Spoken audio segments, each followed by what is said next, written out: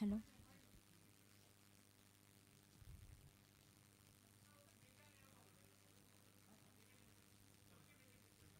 So, a very good morning to our respected dignitaries, all the esteemed faculty members, and our beloved students.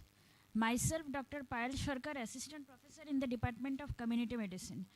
So, it's a matter of great pride to stand here today as we welcome you all to Mata Gujri Memorial Medical College, Kishanganj, on this academic festa organized by the Department of Community Medicine, that is workshop on neglected tropical disease, theme strengthening health systems, sustaining progress, delivering care for NTDs. Now, now before we begin our session, that is one important information, that is the attendance will be taken 3 times: morning, afternoon and evening, for both the online and offline participants, and the certificates will be given only to those who shall be present on all the 3 sessions.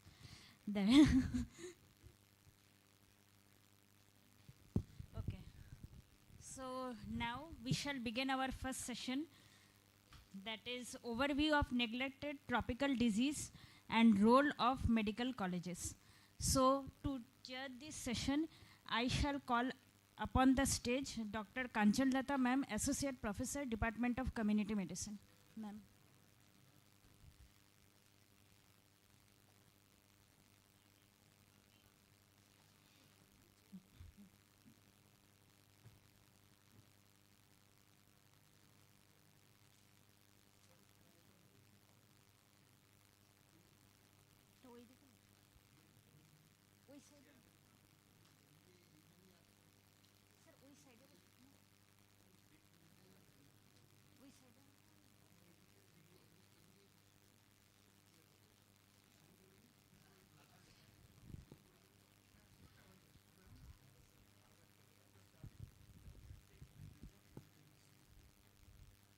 Now I would like to welcome our honorable speaker for this session, Dr. Preetam Roy, WHO Coordinator for Neglected Tropical Disease. Sir. Hello.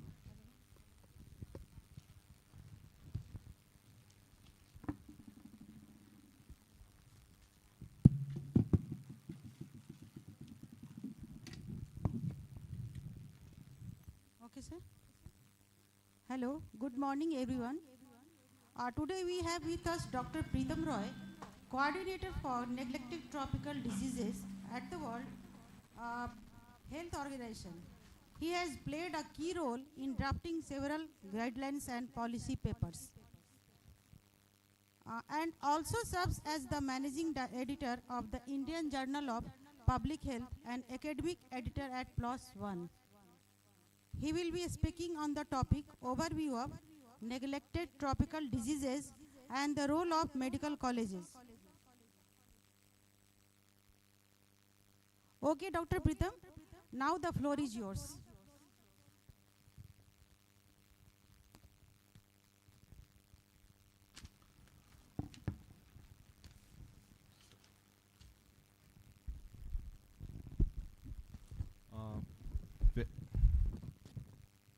A very good morning to all, and thank you, ma'am, for your kind introduction. And I take this opportunity to thank M.G.M Medical College and L.S.K Hospital, all the office bearers and authorities for being so generous and kind to invite me in this workshop. Neglected tropical diseases, as we go with this session, as you go deep inside, you will feel passion for it, because a lot of neglected populations are being affected, and their end fates are very fatal, not all times, but a huge morbidity in life is there and mental component. So I take you through a few of these journey of neglected tropical diseases. As such, disease-wise you all know, but how we can come together is the main idea of this workshop, and that's why I came here for being part of this. So neglected tropical disease, what we say, affects billions of life worldwide.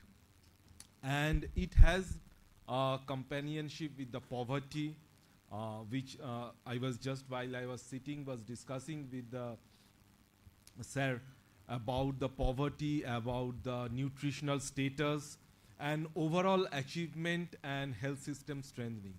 If our systems are strengthened, then we can achieve elimination of these diseases. And it has a very serious outcome in the global public health arena.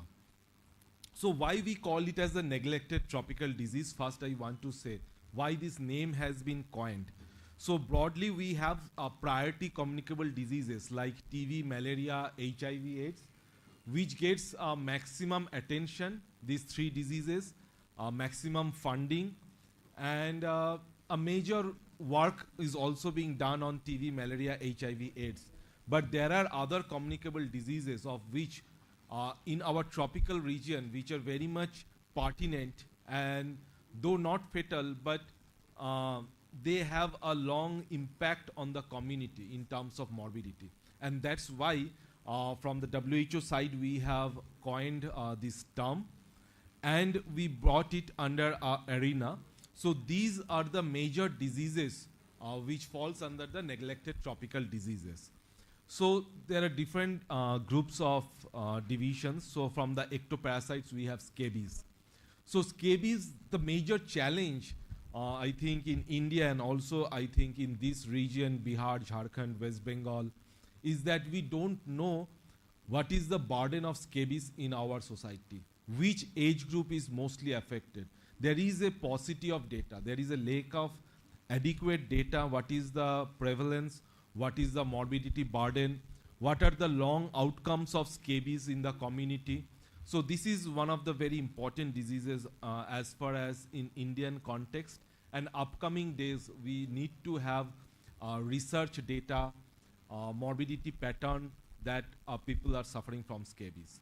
Of the protozoa, we have a very important leishmaniasis, which is known as visceral leishmaniasis mainly, Kala-azar and post-Kala-azar dermal leishmaniasis. I think in Bihar it is very much prevalent, and a lot of people used to being suffering and dying, but the number of deaths have decreased over the years.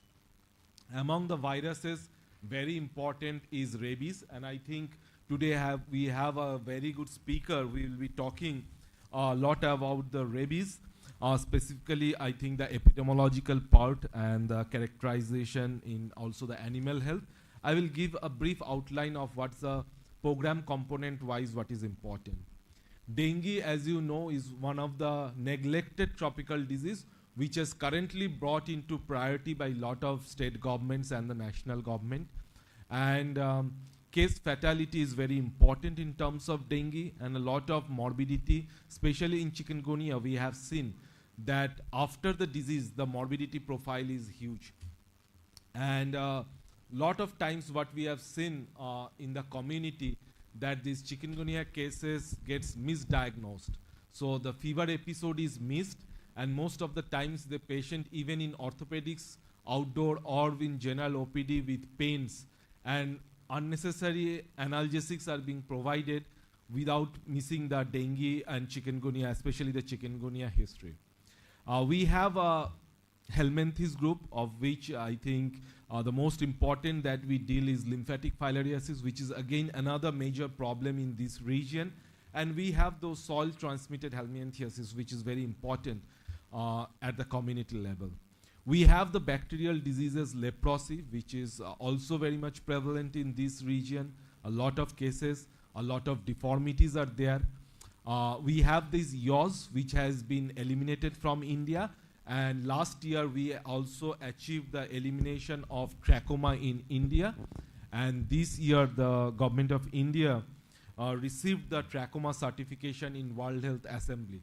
So that's a very good achievement in terms of the trachoma and yaws in India. We have certain fungi which are also very important, but the same problem, there is a paucity of data and lack of data. I think even hospital data, if we can generate that what is the burden, how much profile of patients are coming, what is their profile, a more structured and tailored programs can be brought in India. And there is one non-communicable diseases, which is snake bite envenoming. So a lot of work has been done recently, and we'll describe about that. So if we relate this with the sustainable developmental goals, so addressing these neglected tropical diseases is very important.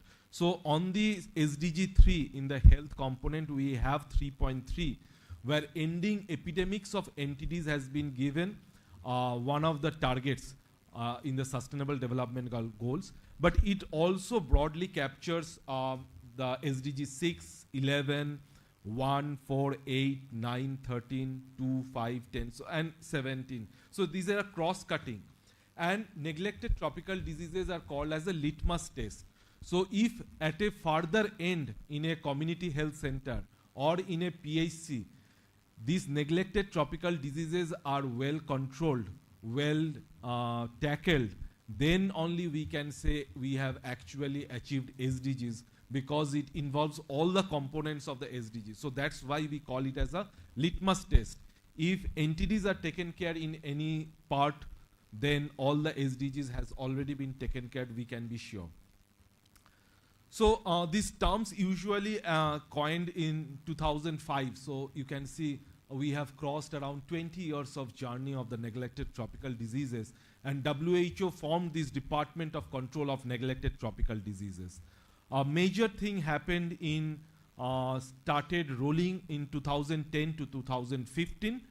There was a large scale of global meeting, and currently, initially in 2012, when the NTD group was expanded, 17 major diseases were targeted, but now it has expanded to 20 group of diseases.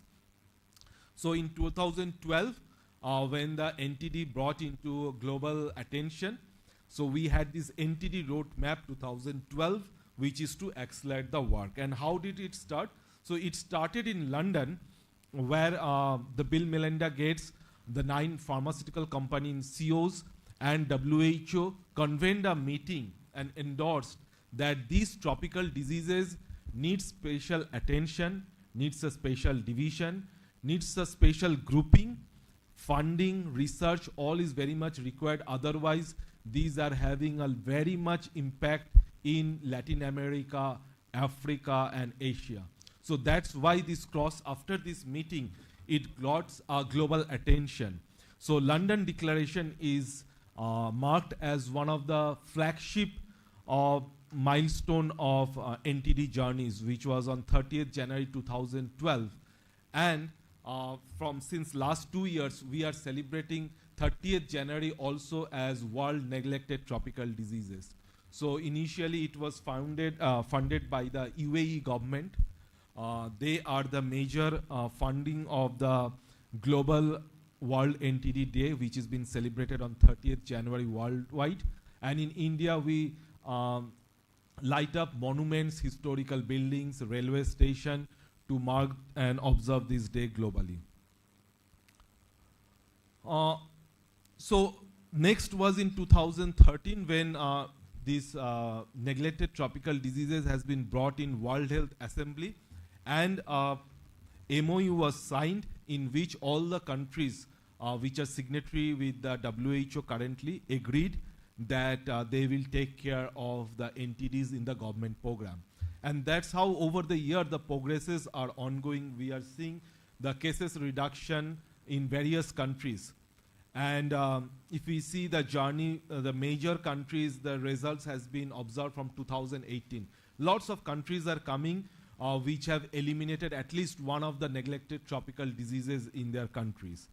And if we see that in 2020, we have seen that nearly 21% of the global community, global population are not receiving the intervention. That means they have made freed from the neglected tropical disease. So within that span of 8 years, 1/5 of the total burden has been reduced. And this give us the impetus that yes, we can do. And thus the new roadmap of 2021 to 2030 has brought in, where all the regions has been asked to contribute. The partners, the experts, all were interviewed, their viewpoints, their feedbacks have been taken, And then we came upon with the roadmap for 2021 to 2030, which is currently, and it has been aligned that we achieve the sustainable developmental goals through this. So this roadmap is all about the disease elimination target that we have. So I want to say that there are different terminologies you have heard about. One is control, one is elimination, one is eradication. The new terminology that we have introduced is the elimination as a public health problem. So eradication, that it is no more, the disease, the agent, nothing is there, and it is a global phenomena. Whereas elimination means there is no more transmission and there will be no diseases. That is called a disease elimination. But we have another term, elimination as a public health problem. That means there will be diseases, but that is no more a public health problem to the government. So that is a term. Why I wanted to mention this term, because in most of you have heard that India has eliminated leprosy in 2005. Lot of people say that we have eliminated leprosy in 2005. In media you will find, but still there are cases. So it was a misnomer. In 2005, India achieved leprosy as a elimination as a public health problem. That means during 2005, leprosy was not a major public health problem in the country, but there will be cases, and that cases need to be taken care of. But it has been commonly mistermed as an elimination of the diseases. So that was not there.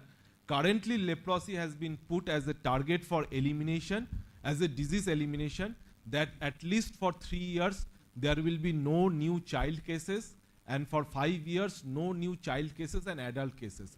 If that status is achieved, then only we call it as a disease elimination.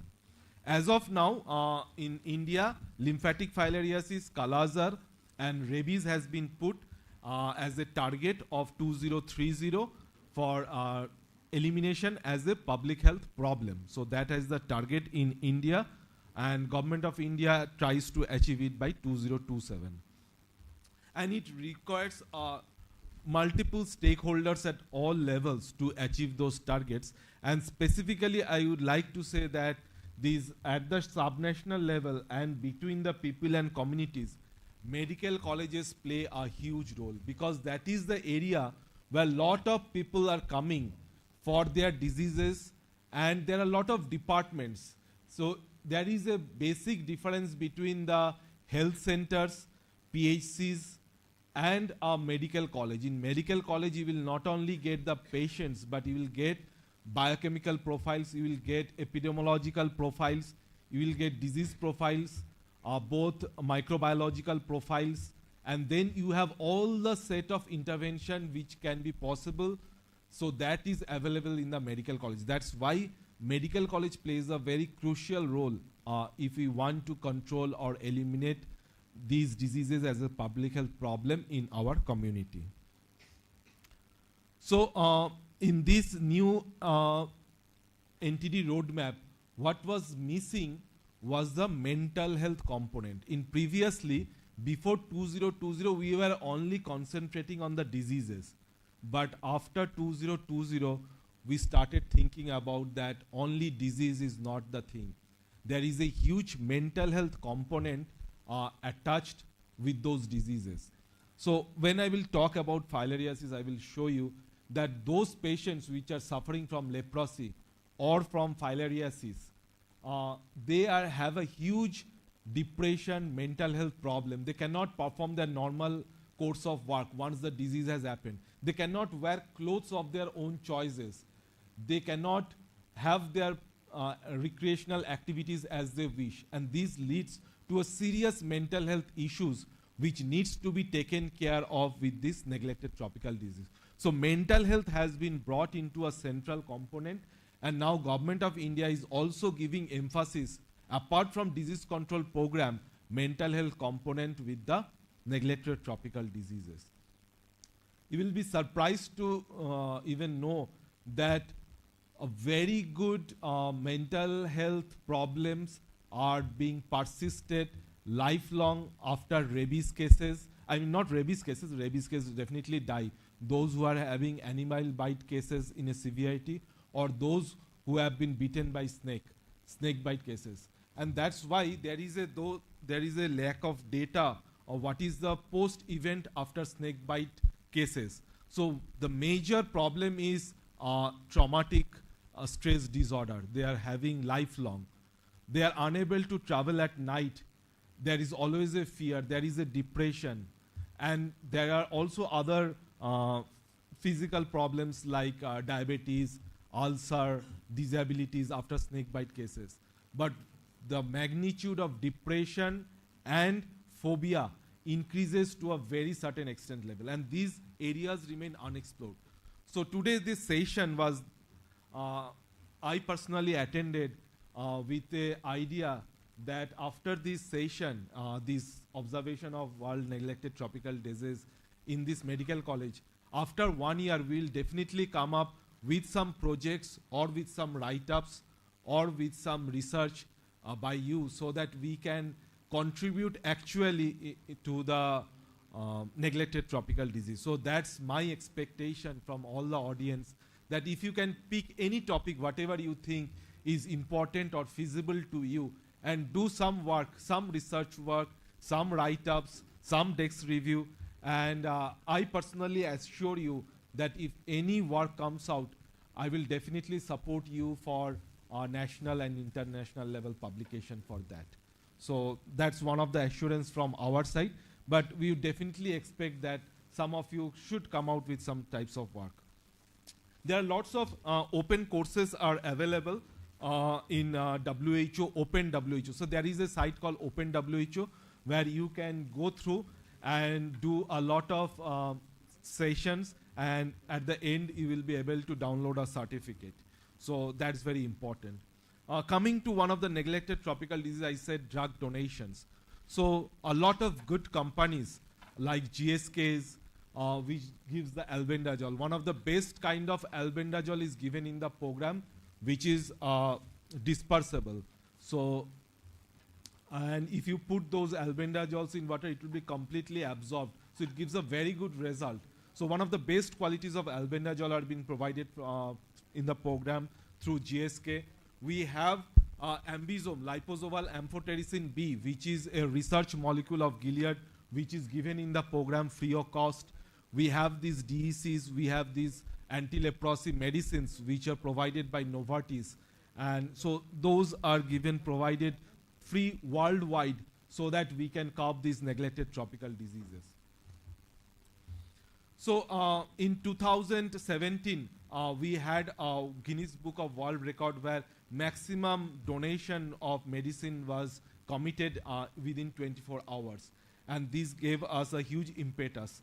And a huge funding came worldwide for these drug donations, medications, and these. And thus, the neglected tropical diseases where network was established worldwide.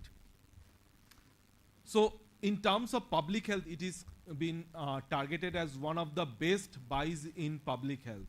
So if we invest in this neglected tropical disease, it has been said that we will get the maximum benefit of all the programs. And coming to the scenario, so in the Southeast Asia region, we have this lymphatic filariasis as a problem. We have visual leishmaniasis. We have recently achieved the elimination of trachoma. We have soil-transmitted helminthes, yaws, leprosy, scabies, rabies. We have this schistosomiasis problem. We have snake bite. We have rabies, and of course we have dengue. So different countries are in different phases of achieving elimination of this. But what is the common modality? The common modality of managing those cases are the preventive chemotherapy. So preventive chemotherapy or mass drug administration plays a major role.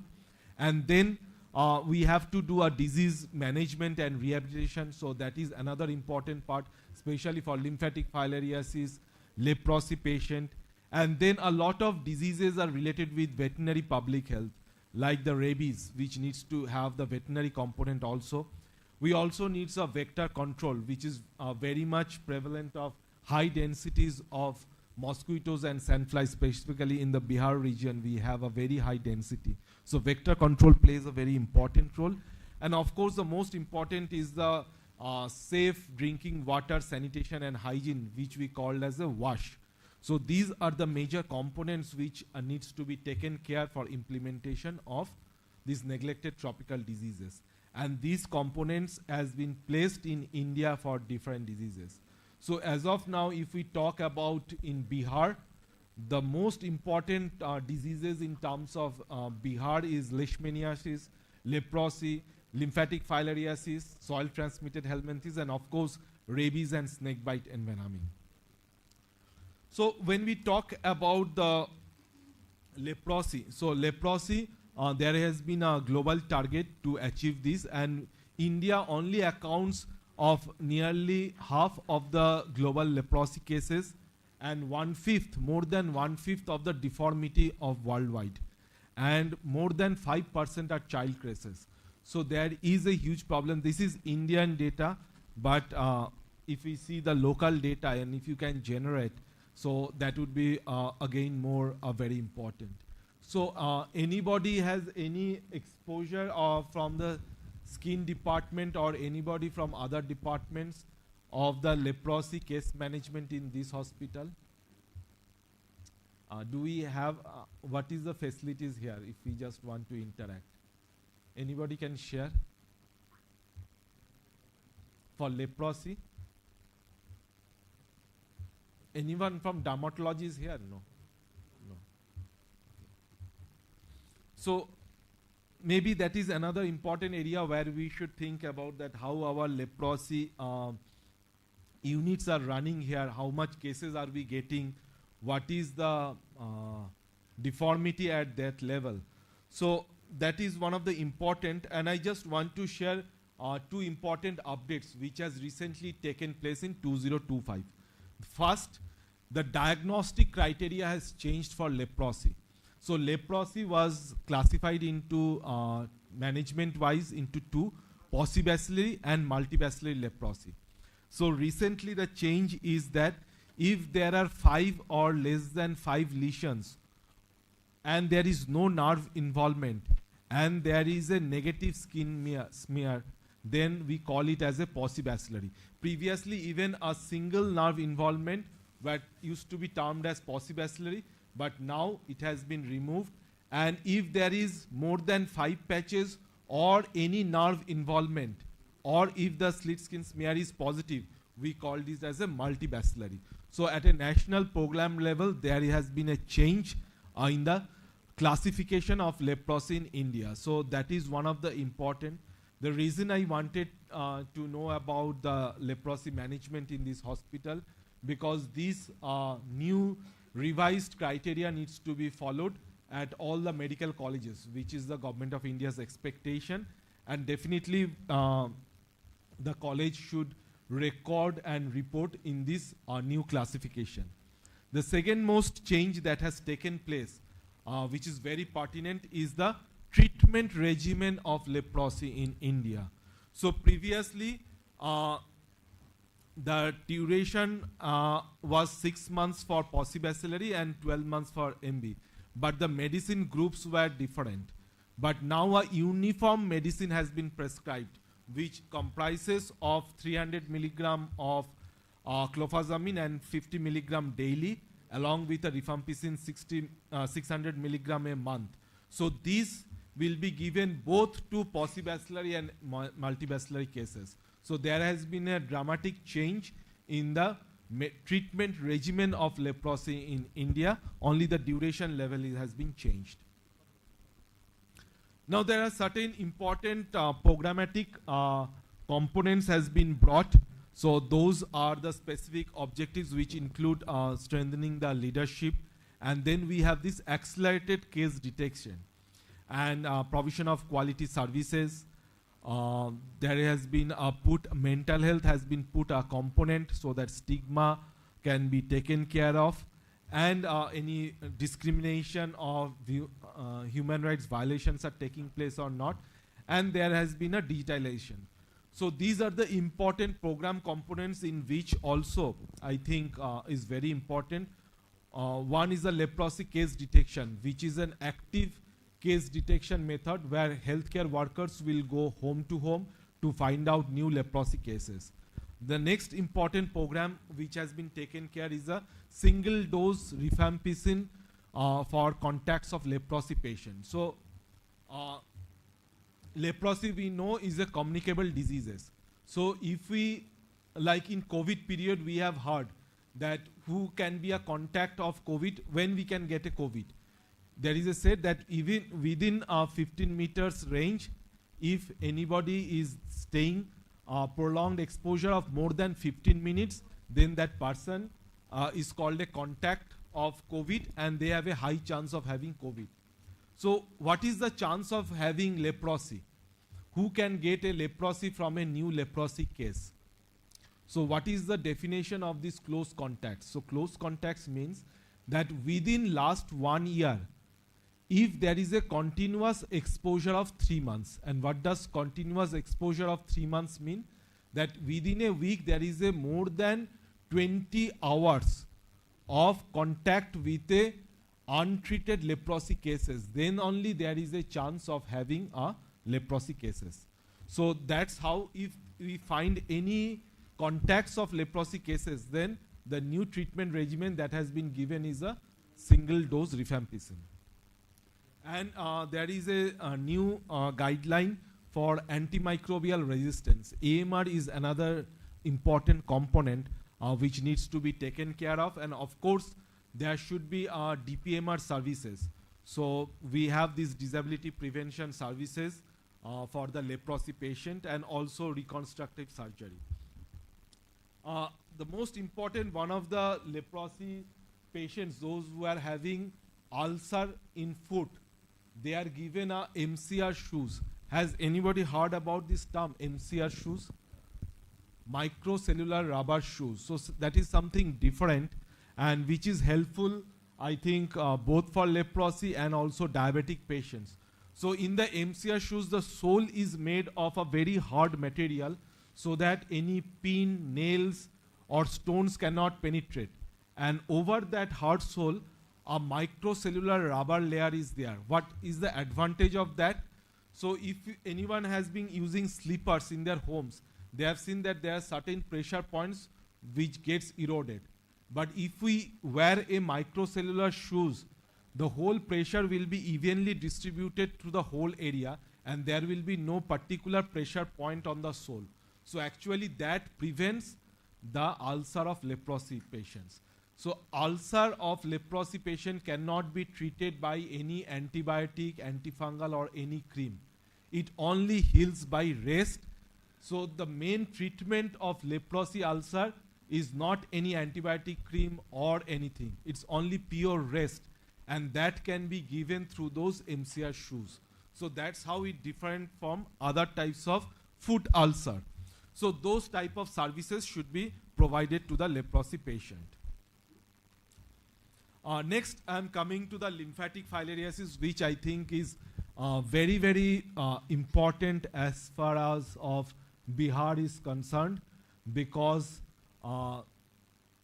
India contributes 50% of the global filariasis patient, and Bihar actually contributes around 40% of those cases. So it is very, very common here, and it's a very important problem for India and also for Bihar. So for this we have two important strategies: the mass drug administration and the morbidity management and disability prevention.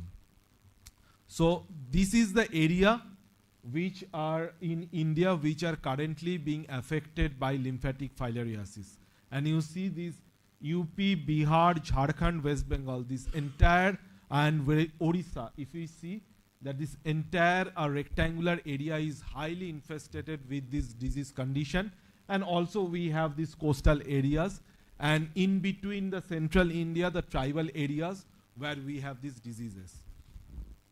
Now, lots of people, of course, have seen this lymphatic filariasis patient, but those who haven't seen, I just want to show few pictures of the disease because what I was telling, the mental health component, this can be only understood if we see the disease profile.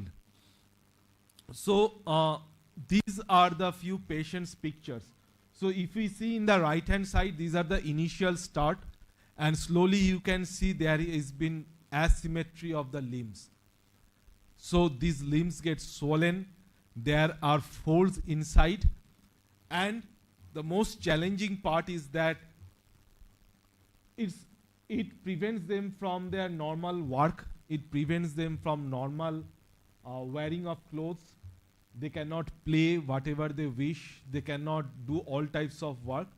But what is more disheartening to see, that when these diseases progress, there are acute attacks. That means when these conditions are there are bacterial infections takes place. So I will show you later on.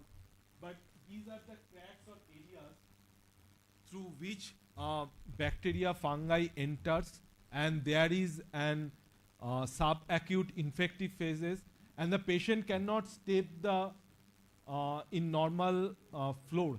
It is so painful, there is fever, there is redness, and they cannot do their normal work, not even go to the toilet. It's so disheartening and so much painful.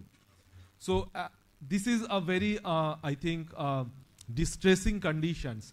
And these are caused because of a parasite, what we call as Wucheria bancrofti, and through a simple mosquito bite. So what is the difference of these mosquito bites from, we have these mosquito-borne diseases like dengue or malaria, but there is a difference of mosquito bite in lymphatic filariasis and mosquito bites for dengue and malaria. In dengue and malaria, malaria the parasite, or in dengue the virus, is directly goes into human circulation through mosquito bites. But in lymphatic filariasis, these parasites, these microfilarias, L3 larva, doesn't go directly in the mosquito bite into human.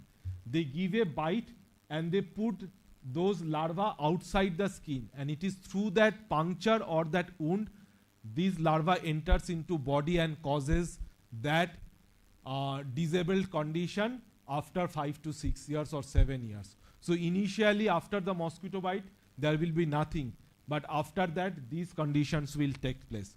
So that's why these conditions are not so much prevalent as we seen in dengue or malaria, but definitely it has a long-term morbidity.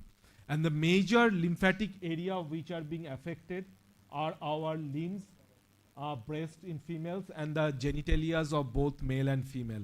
And if you can see within the lymph vessels, they cause a dilatation actually. So the major lymphatic channels are dilated, and that's why those type of lymphedema takes places. And even the adult worms, if you can see a picture in the petri dish, is a huge length, which are the major causes. So in the right hand side, I mean from your its left hand side, we see the normal, and because of that organism there has been a dilatation, and when the lymphatic vessels dilate, their permeability increases, and the rich fluid of lymph when come into the normal tissue, they helps in cell proliferation, and that's why the limbs get swollen and deformed. And what we have seen, that nothing can reverse those conditions, and even plastic surgery operation to debulk or make it correctable has given a negative result, and it cannot be treated, and people usually die. So that's the major challenges that we have seen in the lymphatic filariasis. So it has majorly asymptomatic, the subclinical stages for 5 to 6 years. When you are carrying the microfilaria, a lot of people can hear also, if the blood is examined after 12 o'clock in night, we can get microfilaria parasite in this region, because it ranges from 5 to 20% in Bihar. So 20% means if examined, 1 out of 5 may come positive. So even here we may have a positive, and for that's why it's very important that we take this preventive chemotherapy of albendazole, DEC and ivermectin, because that is the only way of getting protected. Once that disease happens, nowhere in the world you can treat that diseases. Even if we go to Australia, to America, to London, to anywhere in the world, there is, as of now, with current medical knowledge, there is no cure for lymphatic filariasis. So these are the major lymphatic channels which get dilated, and those dilatation leads to a permanent disability, including hydrocele in males, and which is another mental health morbid comorbidity condition, because those people cannot tell. They go to all these quacks and RMPs areas having also lymphedema, because there will be a chyluria where there will be milkish white urine, and they go to all those quacks seeking treatment for their STIs, but which is actually a lymphatic filariasis. And this hydrocele, which has a profound effect on the sexual life of both the partners. So it's they cannot tell anybody, and internally they go on suffering. So that's why not only a disease profile, that's why I said it has a huge mental health condition. And then those acute attacks because of these entry lesions. We have seen that when there are acute lesions, patient try to cut that area, put haldies, put other chemicals there, and that leads to more aggravation of that conditions. And ultimately, there is more deterioration and disability in this patient. And this mainly happens because of these poor hygienic conditions. Because interdigital, there you can see this fungal infection, there is scraping of skin, and through these entry lesions, the bacterial and fungi enter into the body, and there are subacute infections, leading to acute stage of disability in those patients. And unless and until we take care of that at that point of time, it will be very difficult. So these entry lesions and acute attacks are very important, and if we don't cure those cases, that is very disabling condition for those patients. So that's why I said that if you have a DPMR unit in your hospital, or skin care, or physical medicine unit, those units needs to be specially designed and followed up, whether we are doing those, giving those cares in proper way or not. Because definitely patients are here. There is no dearth of these patients. It's only about what we know we can see. What mind doesn't know, eyes cannot see. The patient will come with a acute condition of pain in limbs. But if we don't know the acute reasons for this, we'll keep on giving him analgesic or something, and it will never be cured, and there will be more disability. Even coming to a hospital, there will be more disability. So my request to the hospital authorities, and ma'am also, would be so that we can have a very much structured this type of management system in the hospitals, and we can show that at a national level that we are doing a good work on NTDs. And we can help in documenting this and showcasing at a national level that how we are effectively managing the NTDs in a holistic way in a medical colleges. So that was the reason why when I got this topic, I thought I must come and we should demonstrate something here in a very coordinated way. So all these things like swelling of limbs, pain, redness, but these are all because of filariasis and not of any other diseases. And this is how actually this condition looks. It oozes out.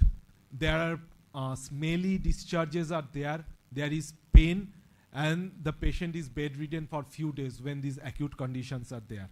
So I'm just showing you stages how this disease deteriorates. So it's a normal when at bedtime, only at the daytime their swelling is there, and if you take rest, it goes off. The second stage is that swelling becomes permanent. Even if you sleep or awake, it will remain. The third stage is there is folding has started in the foots. And next stage, there will be knobs like lesions throughout the limb. And in the fourth stage, there will be the fold is so much that you cannot see the end of the fold clinically. And you have to put something, and all the darts, everything gets clogged inside those folds and causes the disease to be deformed.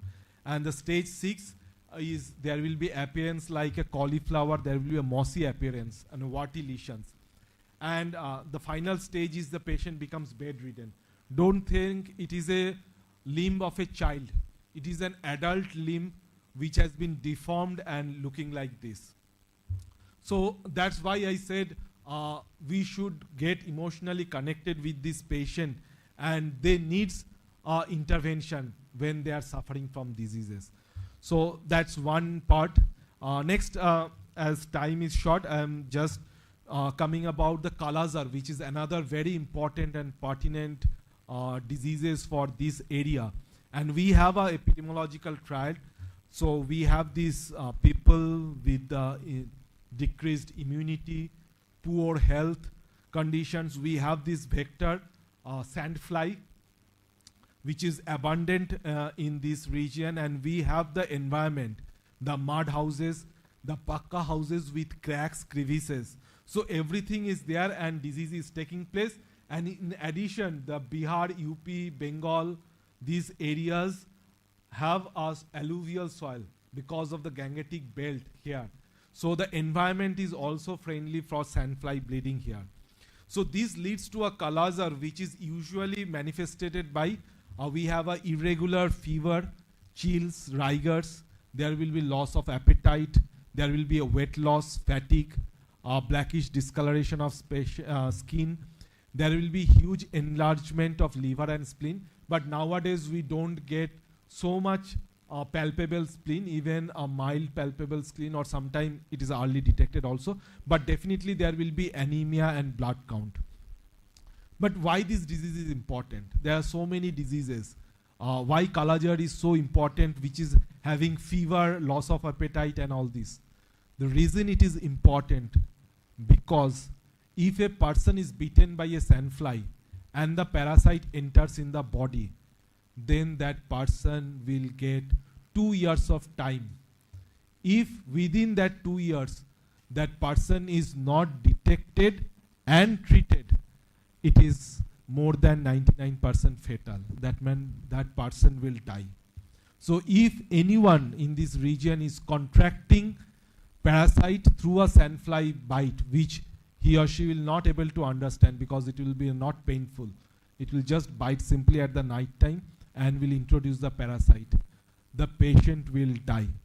Will you be able to understand that the patient died of Kala-azar if it comes and not detected through testing? No. Because in Kala-azar, patient dies because of decreased immunological status. So it will die of common opportunistic infection. So a patient having VL, if having tuberculosis, even you completely treat with the TB medicine, that patient will die because there is a background of visual leishmaniasis. So common pneumonia, which can be easily treated in a patient with antibiotics, but a patient with VL will have pneumonia and will die. It will be not cured by antibiotics. That's the dreaded diseases. What will be the other phenomena? There is a subgastric erosion. That means the entire gastric mucosal layer will be eroded, and in the OPD you will find a patient with hematemesis. There will be recurrent hematemesis of the patient, and ultimately the patient succumbs and dies even of your best medicine, because underlying VL is there which is not detected and treated. There will be jaundice because liver is involved, and that jaundice will not be cured and it will persist, and ultimately the patient will die. So everybody will thought it has done because of some hepatitis of unknown region, because if you do the hepatitis profile, that will come negative. The patient will die of kidney failure. So there will be anuria and the patient will die of kidney failure, but that is majorly because of the underlying visual leishmaniasis. That is why. That's why visual leishmaniasis has been given such a important in this region. And the detection is very important. If we have fever, if we have splenomegaly and hepatomegaly and weight loss, we can rule out the common malaria, typhoid and all those things, and we can go for a simple RDT. So there is a RK39 test which can be easily available, and within 20 minutes we can give a confirmatory diagnosis for this. There is also gold standard of biopsy. So if we take a splenic aspirate or bone marrow is more feasible, we can do.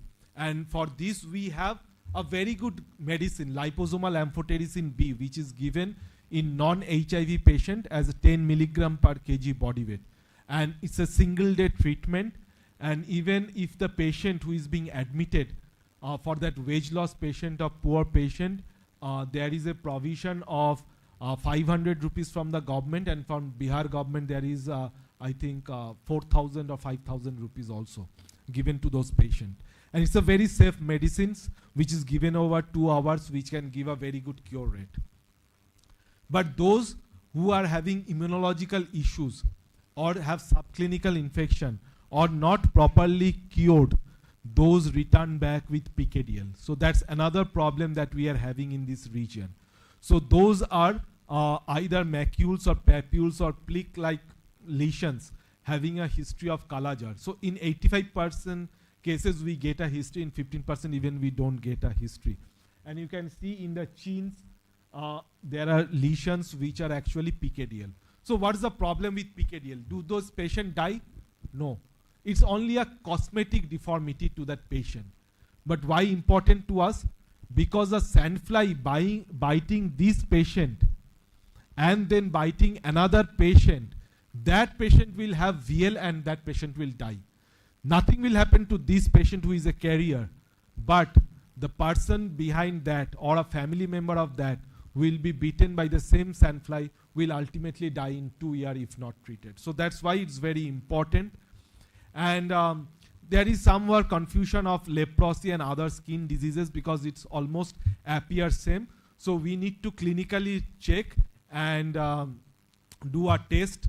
Either we can take a slit skin smear and demonstrate the LD bodies, or we can do RK39 test. So these are the common conditions. So we have those PKDL, and we have like filariasis conditions, which is very common in these moist rainy seasons. We have leprosy patches which look similar. Sometimes viral warts we get confused, and vitiligo, which will be pure milkish white.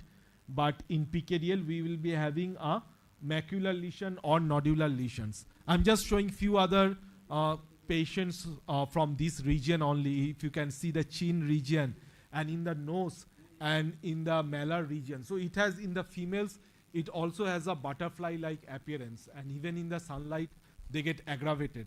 So these conditions are actually PKDL, and lot of patients are there. Why it is important? Because there is every chance of patients and other people getting died around these persons who will be giving those diseases. And there are thighs region which are being affected, which most of the time we miss in a very busy OPD, checking those areas. In the legs, in the back, even in the backs you can find this type of lesions. And when they are more aggravated, you can find a scaly type lesions. The hands are like this, the faces, this nodular appearance. So these are very, very important, which we can identify, report and manage. So this is the reasons why we need to have a very integrated skin approach. So the integrated skin NTD approach is very important. We cannot separately have clinic for PKDL, separately clinic for filariasis, separately clinic for leprosy. But we need to understand the whole dynamics and have an integrated skin NTD approaches.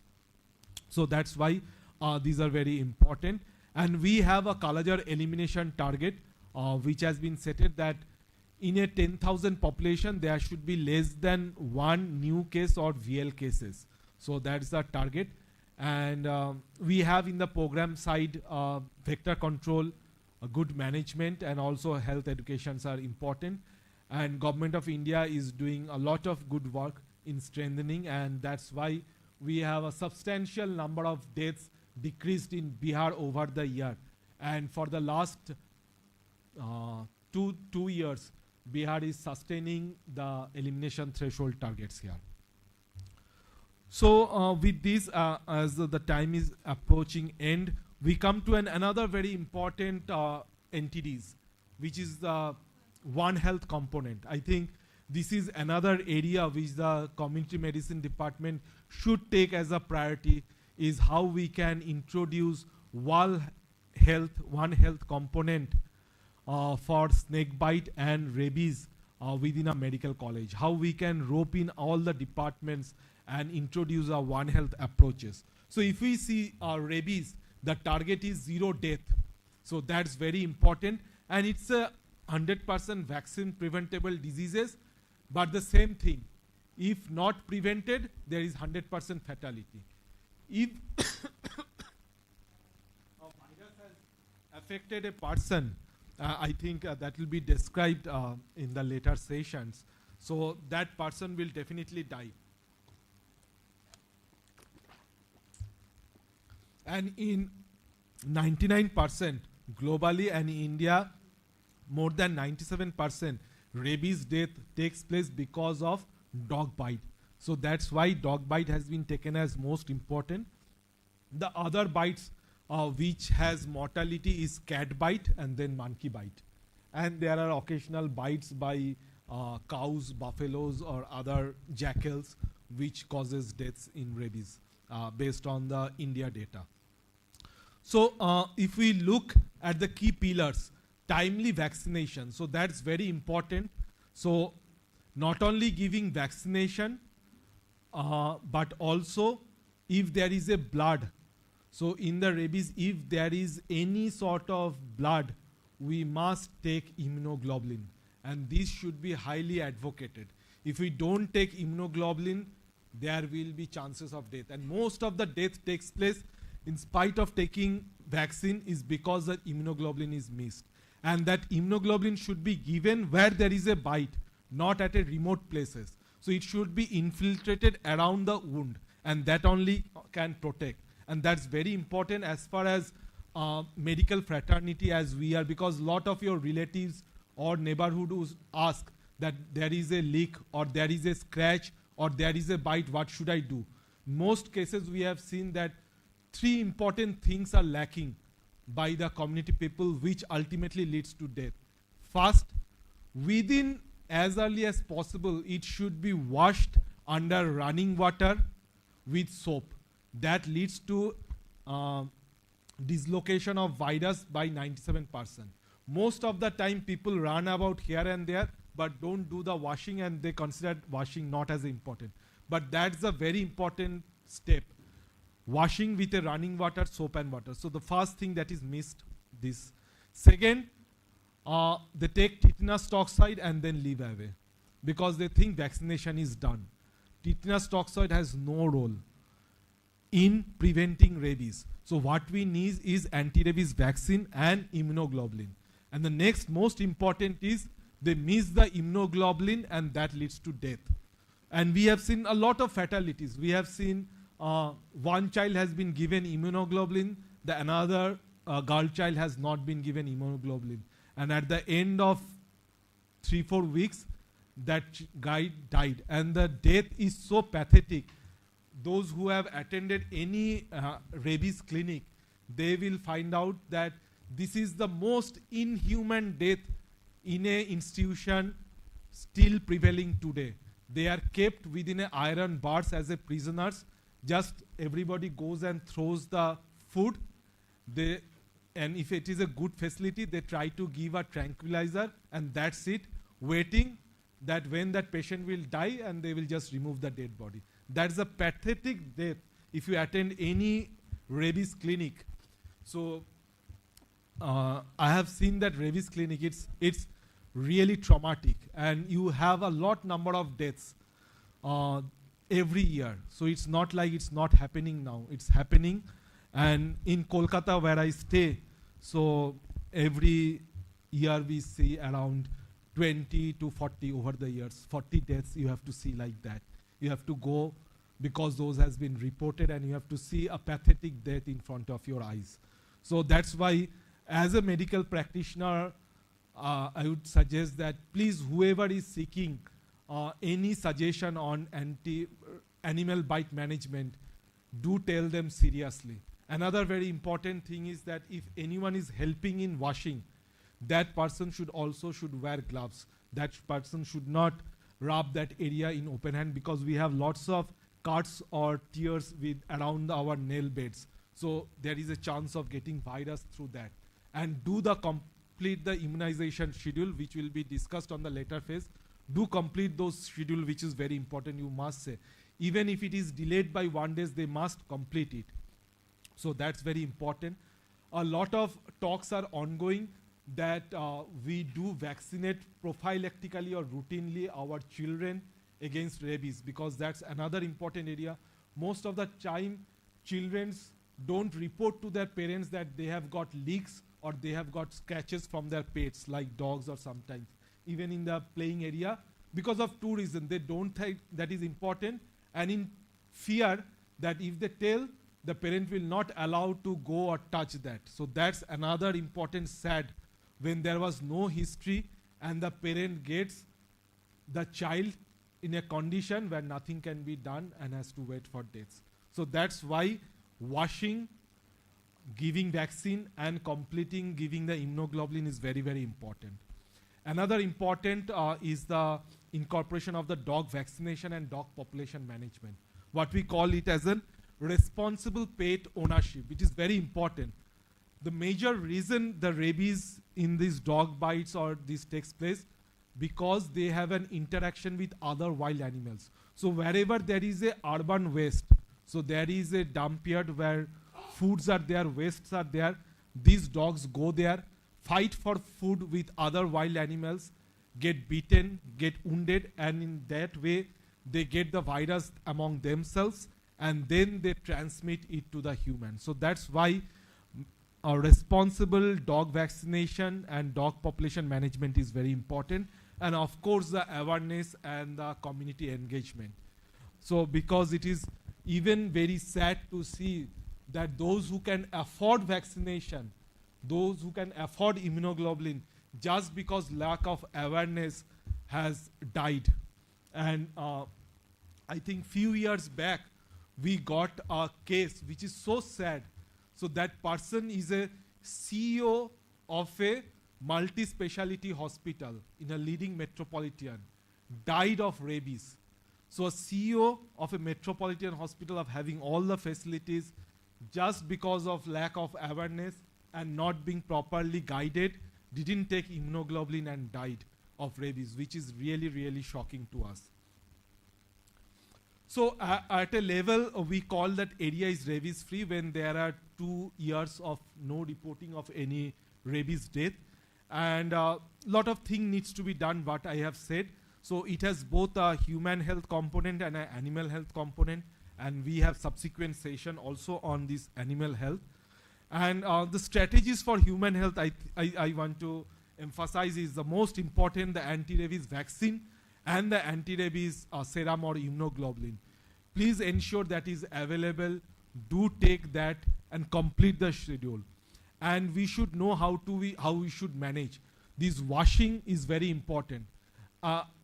In Bengal, I have seen there are a lot of health facilities where there is no washing facilities. When I have gone to there, I have asked them to show.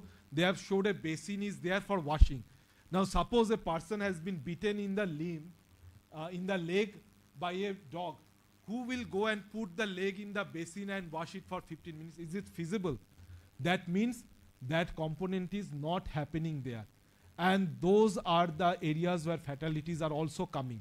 So when we are visiting those areas from where fatalities are being reported, we are seeing that there are very easily preventable things are there which is lacking. This washing can be easily implemented.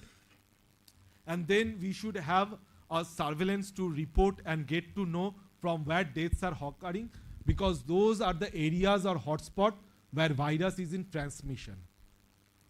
And we should also take care of the public-private partnership. There are lots of animal health components that needs to be done. And another important is the solid waste management. This solid waste management is important for dengue prevention and also for rabies prevention. If there is a waste collection in an uncontrolled way, the solid waste, then we will be not able to control this rabies. The last diseases which I want to touch upon is the snake bite. So that's another very important area which is we are having a lots of cases and deaths, and also because of a very few important things like the reaction time. A person who has been bitten by snake and the initiation of anti-snake venom, the lesser the time, the higher the chances of that patient being alive or recovered. And second, awareness regarding the classification of the snake bite. So there are two types of majorly hemotoxic and neurotoxic. And in neurotoxic, apart from anti-snake venom, we need to give them atropine and neostigmine, which is very important. Most of the time, these atropine and neostigmines are not given, and the patient dies of neuroparalysis in spite of giving adequate AVS. And then people say that we have given AVS, AVS is not working, and the patient is not, and the patient is dying. The reason is giving AVS is not equal to snake bite management. We have a very good person who will be talking about those cases, and he will show you the pictures, and that's why I have not kept in my session, because it will be a repetition. So you can see those snake bite cases, and giving atropine and neostigmine is very important. Apart from that, if there is a snake bite cases, if it is a hemotoxic, we need to give dialysis to that patient. And if it is a neurotoxic, ventilator facilities should be there. If the combined management is not given, we cannot recover that patient. So that's why it's very important. So that's how we come to a closure. I will wrap up within 5-10 minutes more.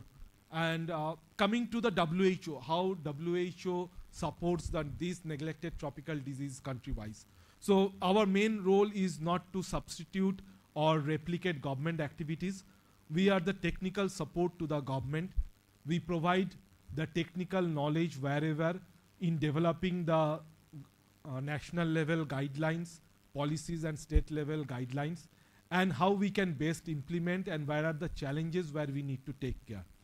So we work upon mainly on the accelerated plans of elimination guidelines, tools, providing medicines and diagnostic kits, strengthening the surveillance and preparation so that India achieves those elimination target. We also provides a lot of free medicines like M.G.M, MDT, ivermectin, albendazole, anti-leprosy medicine, and we try to ensure that the diagnostics are there, cold chains are being maintained. And our main work is the technical support, capacity building, awareness, and our role also is in coordination. How we can coordinate with the private organization, private institute, research organization, research institute with government program, and how we can support that. The formulation of guidelines, mapping, hotspot, pharmacovigilance, and operational research. So these are the broad areas where we usually work. And where are the missing links? So these are the missing links, the reasons we are here today. So in a lot of cases, like we said, scabies, we say snake bite, rabies, the real burden of the disease is still yet not known. What is the burden at a tertiary care center or in a field practice area? That we don't have very much accurate data. So that's one area. The involvement of the private practitioners and the private network. There are diagnostics and treatment delays, and there are quality assurance also. So these are the areas where we try to work out. So we want to explore these unexplored NTDs. So what our request, and that's what I said in my initial presentation, that if you can come out with the case studies, if you can do allot some thesis work, if we can have some monitoring plan together, if we can do some desk reviews or meta-analysis of whatever is being done, we will definitely support those areas in our research work. So that is one of the things that I once again want to emphasize is you. And if you can give some work to the undergraduate or postgraduate, and we can assure for the publication. So there are a lot of areas where we can collaborate. So starting from the logistic management, if you require any medicines free from the government side, we can ensure that it is being available here for the patient survey. If we want to be a part of the evaluation survey or monitoring work, we can involve, we can create GIS maps, we can do case studies, we can do disease modeling work, and we can actually help the government in their system strengthening. So that is very important, and we can also do some health economics work also for understanding that how much burden. And we have a very good modeling also. We can look after these data, how we can put after and create which is the hotspot. So those can be done upon. So I end my presentation with a small request that as an individual or from a department side, if we come again after 1 year, if invited, we would definitely request that we see some work in risk mapping or categorization or disease modeling or in an outbreak investigation or any work in the government health system strengthening or any research work or analytic epidemiology. So I end my talk with that. This is with more than 1 billion people affected worldwide. So, and we need a serious efforts to control these neglected tropical diseases as a pre-poor initiative on a mass scales. So I seek your support, the support of M.G.M Medical College and L.S.K Hospital here in bringing these ancient diseases and getting their target set for 2030. So there is an ancient African proverb that if we want to go far, go together. So let's decide together for this new move. Thank you all. If you need any information, any guideline, any operational research, or any support in future, you can connect me in these email IDs or through this WhatsApp number. It will be a pleasure for me being connected with you in discussing, in arranging any particular session or sharing any documents. Thank you.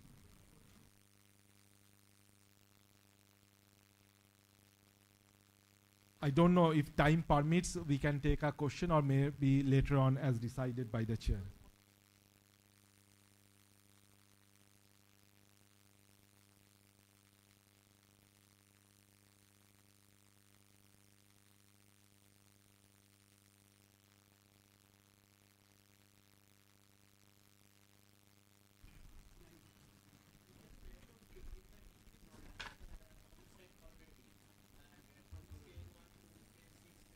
For filariasis or leprosy? Filariasis.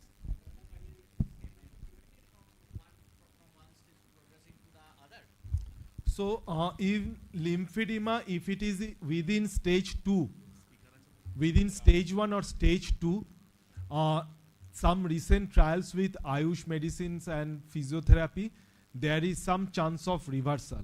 But as it progresses beyond stage 3 and onwards, there is no cure. It will not get reverted, and if proper management of these acute attacks are not given, proper cares are not taken, that will slowly deteriorate only.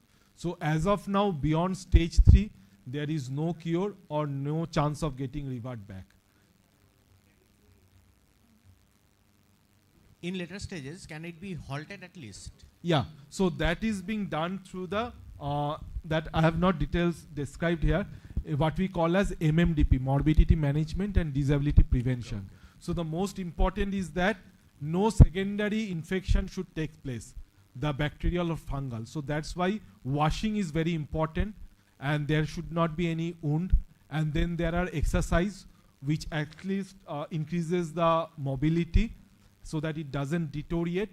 And we try to give them some shoes or protective wear so that infections are not taken care of. But it can be only halted if proper management is there. If not, it will go on deteriorating. Thank you. First of all, I would like to congratulate you for your wonderful and very enlightening presentation.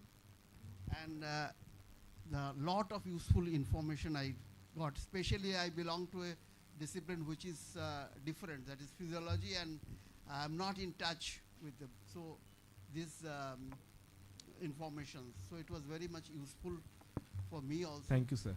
I have just a very basic question that who identifies a disease or categorizes a disease as an that neglected disease? I mean, what criteria is required for that?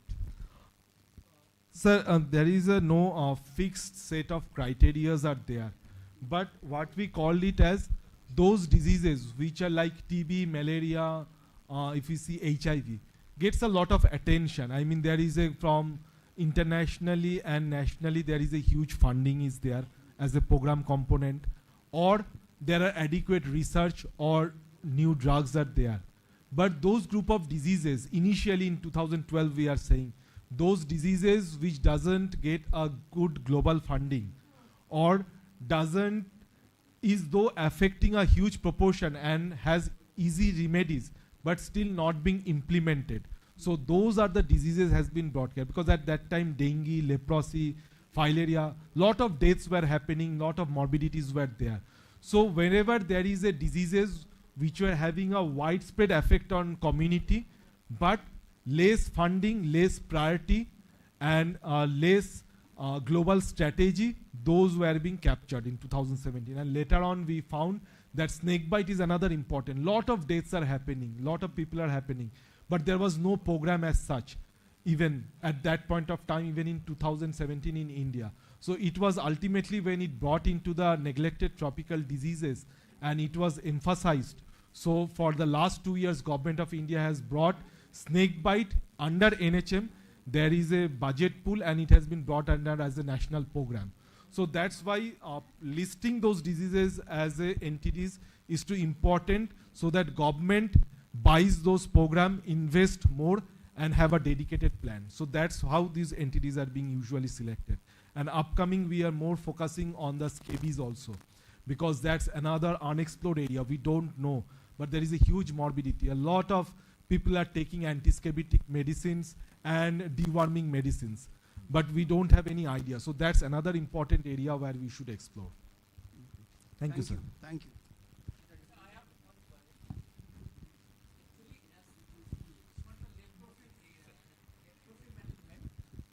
The latest one is given by the Government of India early 2025. Achha, earlier there is 6-month treatment and 12-month treatment earlier.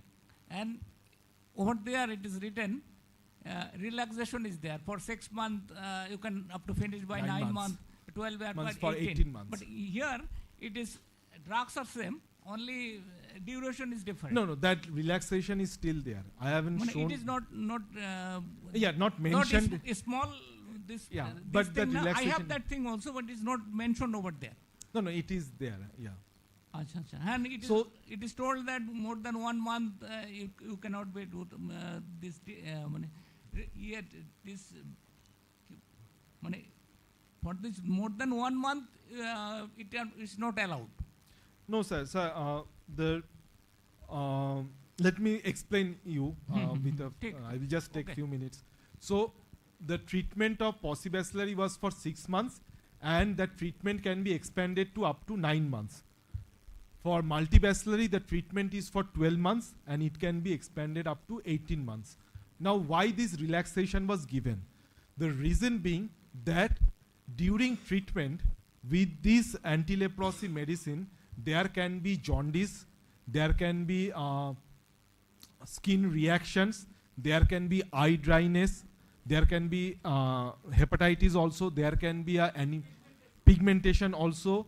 And so these are the side effects of the known side effects of the medicine. So if there is an hepatitis during treatment, then we need to stop the treatment until that patient is recovered. Okay. Or if the hemoglobin level goes below 7, then we need to stop temporarily the treatment, get adequate rest and supporting medications to be jaundice free, and or rise the hemoglobin level. For those management, some time is required. So it may be 1 month or 1.5 months. So that's why that relaxation period is given, that if those things happen, then stop the treatment in between for that time and then again continue. But if it is beyond that month, the treatment will not be completed, then we have to again restart the treatment. So that relaxation was given to cope up any missed dose or any side effects, to accommodate that. I have one question. I feel unless you control the stray dog population. So for that, what is the WHO policy or suggestion to Government of India? So that's why we have this national state action plan for prevention of rabies. So there is two component. One is human health and another is the animal health. So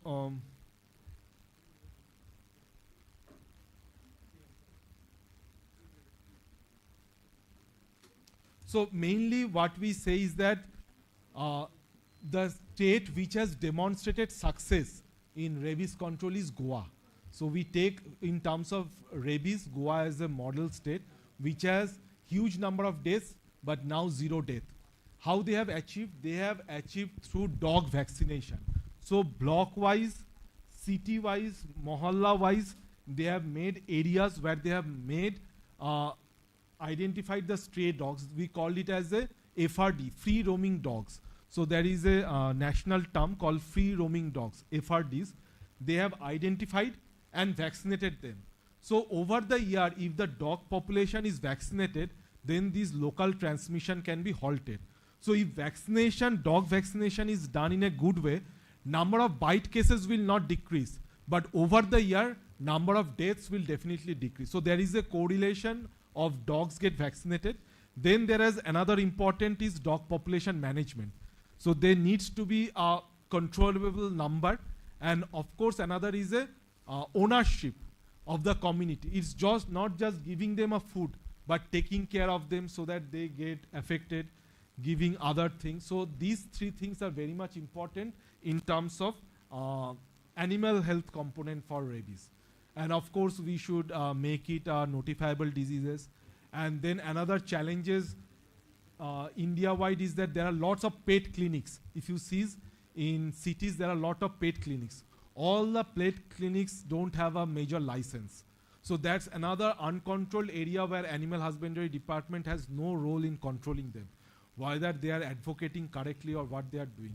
So that's the challenge. That's why it's a neglected tropical disease, and that's why we need to work together. I heard Bangladesh got very huge success after mass vaccination program of dogs. Yes. So wherever we have this evidence, Thailand has got, Sri Lanka has got, in India, Goa has demonstrated.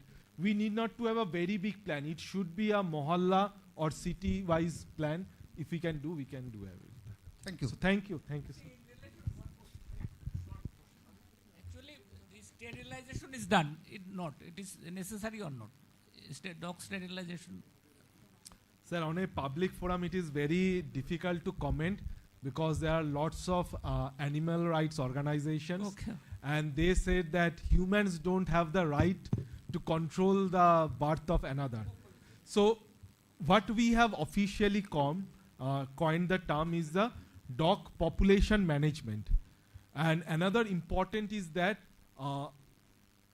catching dog is a very dangerous thing because dog, tigers, all those these animals have a territory. If that animal is taken away from the territory, it's less likely that animal will survive. So it will get more bites from other animals in which territory that dog will be thrown away or put. And also, this dog will have a more chance of getting aggressive and biting others. So this dog catching is a very not good policy. I mean, catching a dog from one area and putting it in another area, that also causes more bites. So we should have an effective planning of dog population management, how we can sterilize, in which area we should sterilize, how can we vaccinate it, how many numbers also. And moreover, if we do away with the solid waste part, usually the bites and aggregation stays because of their food. So if we can do away in a systematic planning, we can do. But what you say is a very burning topic, but very controversial part to manage. Thank you, sir. Okay, sir. So, thank you so much, Dr. Pritam Rai sir, for that insightful talk. Your points clearly highlighted the importance of medical colleges in addressing neglected tropical diseases and give us all a lot to think about in terms of both education and public health action. So thank you, sir. It was very brilliant presentation. Thank you, sir. ma'am. Thank you so much.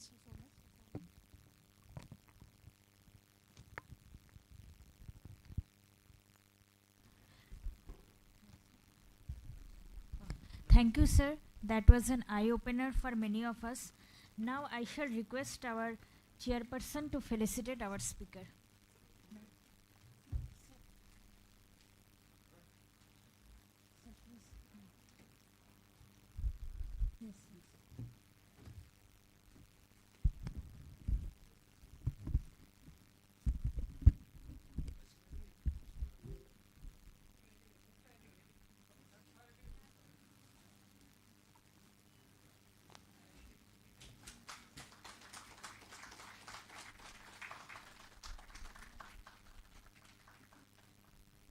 Thank you all, and I think wonderful audience, at least listening NTDs for 1.5 hours without checking mobile. So it's a pleasure for me. Thank you so much. Thank you, sir.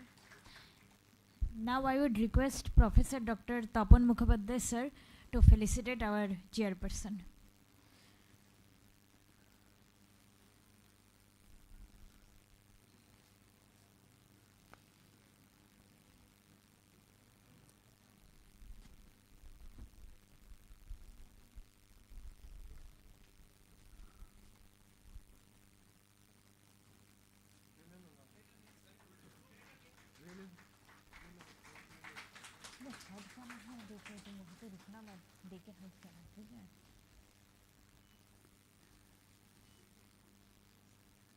Okay.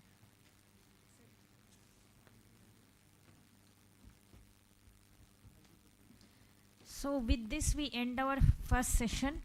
Now we shall proceed towards our second session, that is epidemiology of rabies and national rabies control program. So to chair this session, I shall call upon the stage Professor Dr. Malay Bikash Mondol, Professor and Head, Department of Physiology. Sir.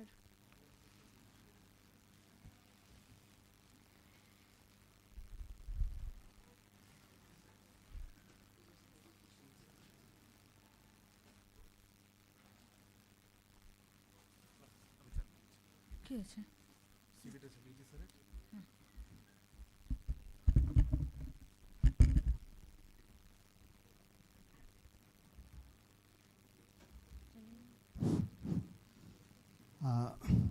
Very good morning. Now it is my pleasure and privilege to invite Dr. K. Bhattacharya, HOD, Community Medicine,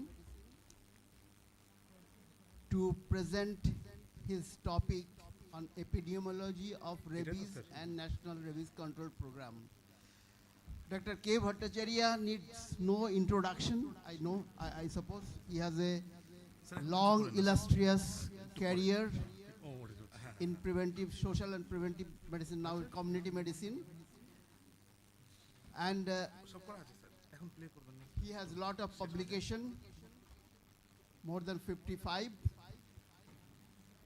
He is alumni, MBBS from the Calcutta National Medical College and MD, SPM from All India Institute of Hygiene and Public Health. I think he is a senior most professor here and as well as in the department. So I welcome you, sir, and invite you to present your talk. Good morning. We are dealing with a disease now which is 100% fatal. So only one weapon is prevention. So before going to prevention, we have to need the epidemiology of the disease.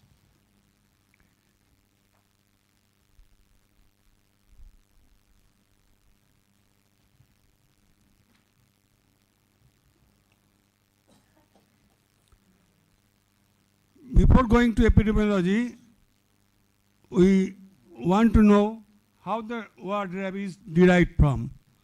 It derives from the Sanskrit word Rabies, means to do violence, and in Latin, rabere means to raise. It is one of the neglected tropical diseases. My previous speaker has told you a list of diseases which are neglected. So, our efforts should be such that these neglected diseases come as a priority disease, because it is 100% fatal. We have to prevent this. There is no cure. But if we prioritize that, then it will not be a neglected entity. So what is the magnitude of problem? Globally, 59,000 persons die annually, and most of the deaths are in Asia and Africa. Asia accounts for 59.6% and Africa 36.4%. So you see, the red areas are endemic for rabies, and Australia, New Zealand, Canada and USA are free from rabies. So we have to go a long way to reach that target. What is the national scenario? Dog-mediated rabies is a major public health problem of our country. It accounts for 96% of death. There are 20,000 human rabies deaths occur and 70.4 million animal bites per year. So, you see, in Bihar, there are more than 100 cases occur. And this is the picture of dog-mediated rabies. There are economic loss occurs due to rabies. Globally, 8.6 billion is a loss, and majority accounts for productivity loss, followed by the direct cost of treatment. Now, how the disease is transmitted? Reservoir are domestic animals like dog. Others are bats, cats, raccoons, foxes and skunks. Remember, domestic rodents, rabbits do not transmit rabies. Often people come in the OPD that we have been bitten by rat. What will you do? Nothing should be done. There is no evidence that they transmit rabies. Rabies virus enters body through open skin. That means by scratches, bites and open wounds. And direct contact, that means by mucosal surface contact, transmit rabies virus. Rabies virus cannot cross the intact skin. Whether there is any leaks or not, it will not be transmissible. For transmission, it requires blood. This is the picture of rabies virus. It belongs to the Lysa virus. It is a single-stranded envelope with bullet-shaped RNA virus. It is composed of two structural and functional units. Outer envelope covered with spike-like projections, the G protein, and internal helical packaged ribonucleocapsid, and it is composed of genomic RNA intimately associated with protein N, polymerase L, matrix protein M, and its cofactor protein P. Children under 15 years of age are at more risk. 40% of those bitten are children under 15 years of age. And rural area is a risk area because they had limited access to the prophylaxis, that is post-exposure prophylaxis. And unvaccinated dog are the major contributors of transmission because dog-mediated rabies is a major problem.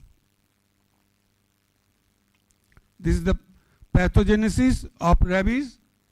The dog bites in the muscle, and from there it goes to the neuromuscular junction where it replicates, then it traverses to the dorsal root ganglia where it replicates, then goes to the brain and infects there.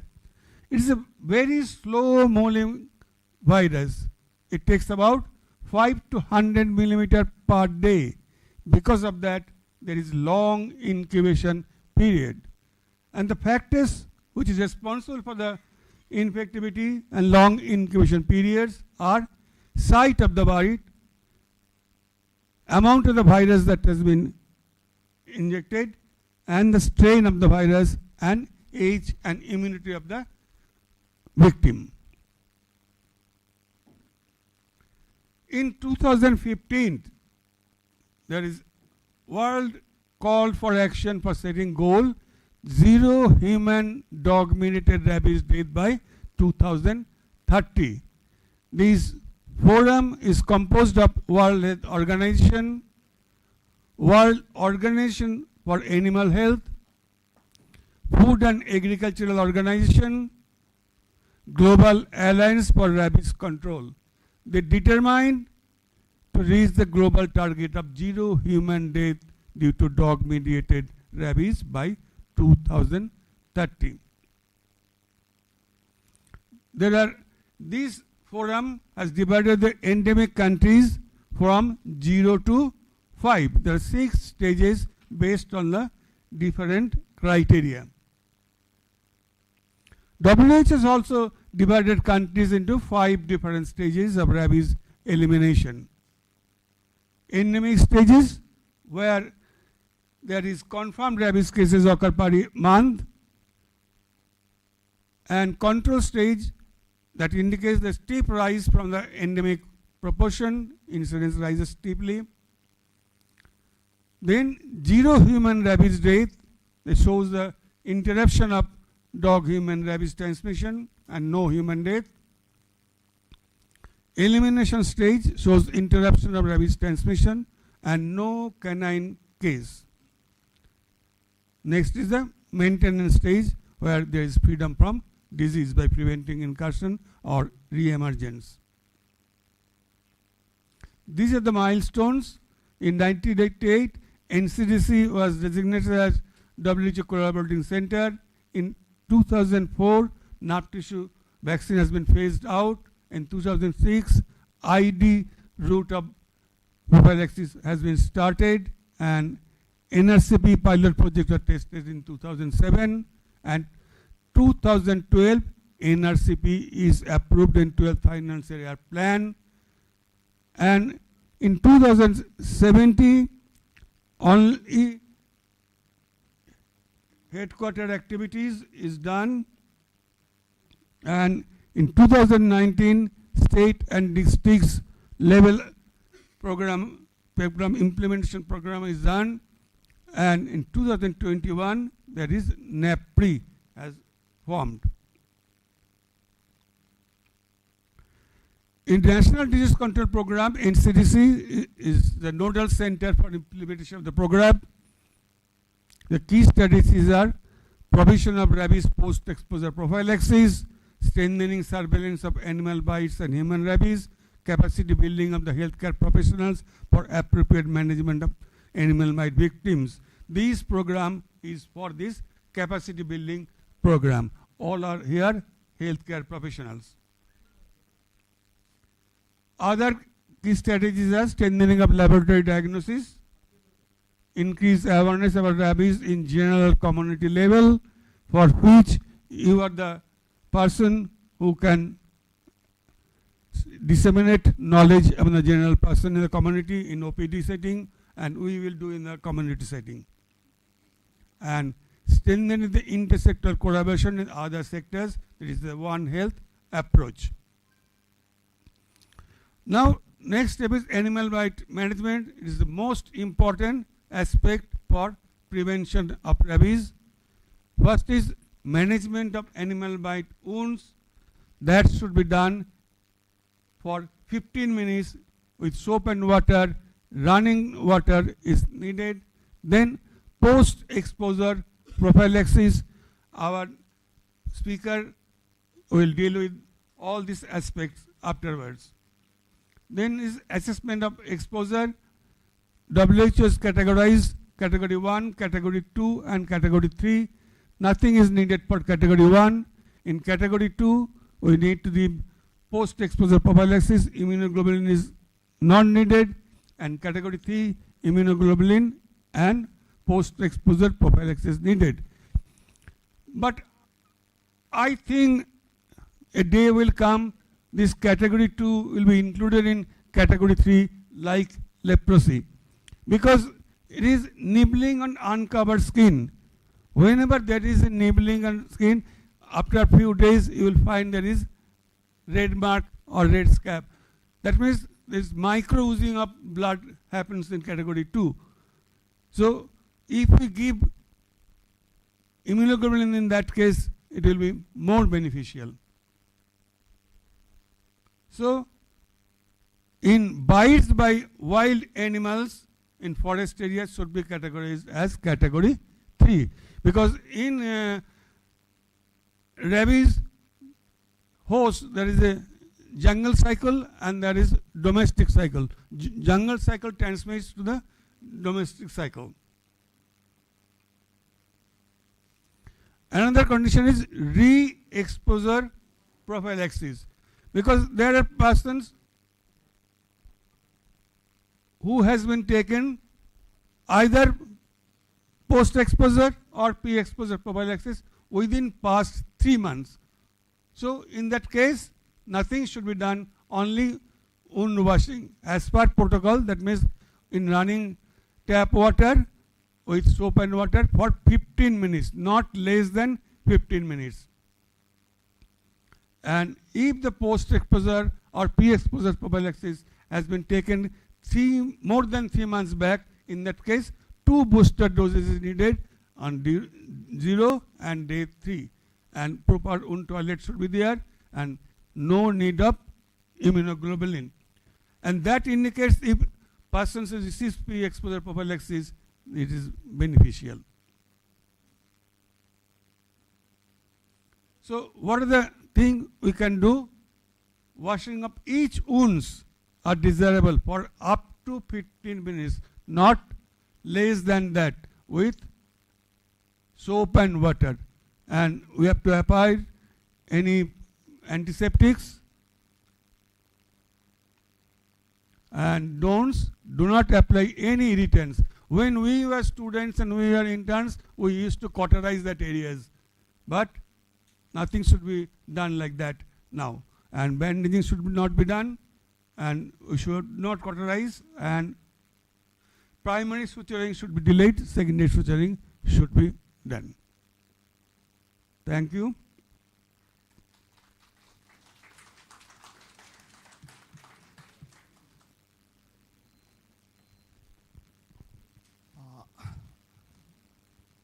Thank you, Dr. Bhatt.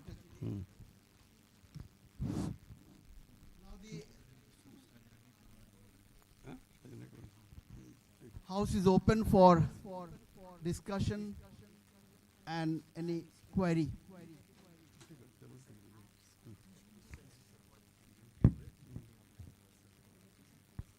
Any questions from the audience?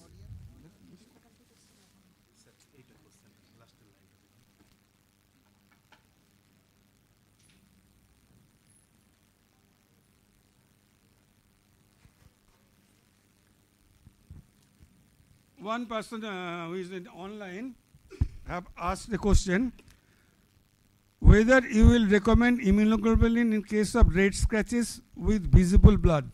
but not oozing out due to dog bite. What will be the answer? Yes, we have to give immunoglobulin because blood is oozing.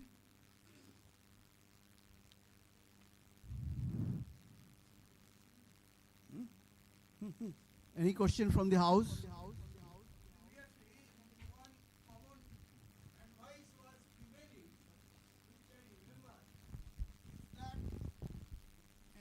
To watch the dog for 10 days, and then if he or she does not show any sign of ailment, then treat the dog bite as non-harmful.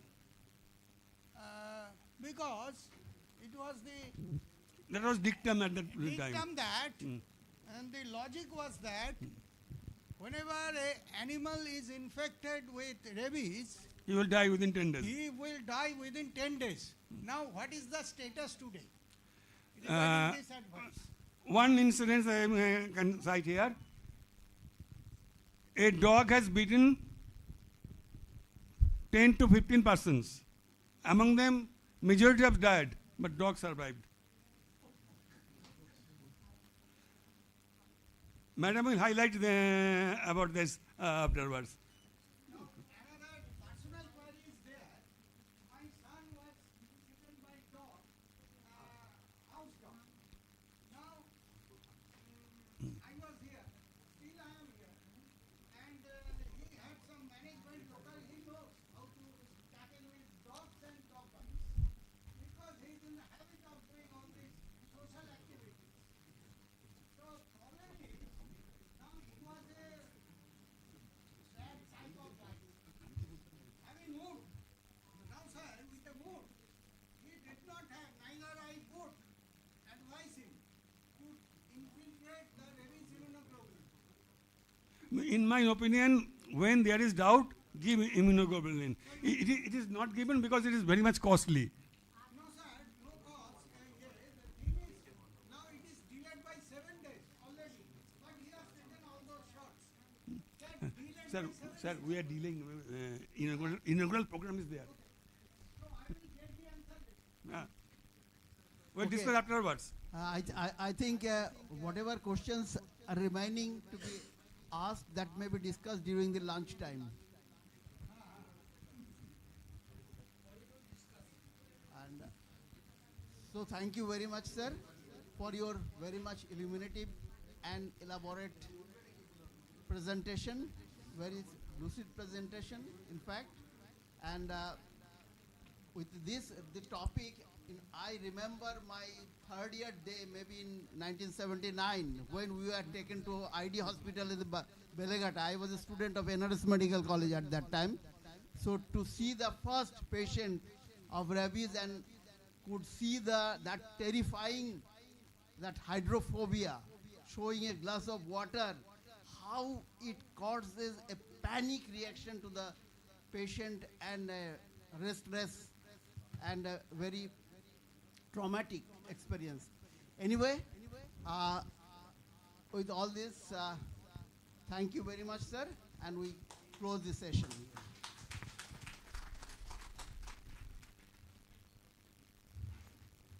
Thank you, sir. Thank you, sir. That was an insightful session. Now I would request our respected chairperson to felicitate our speaker.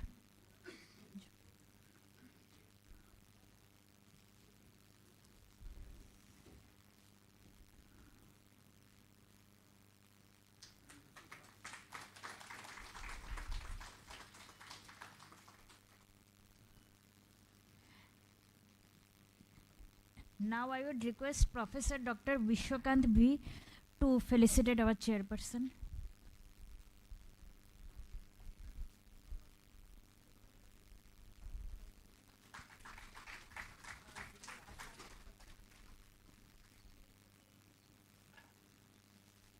Thank you. So with this we shall end our second session.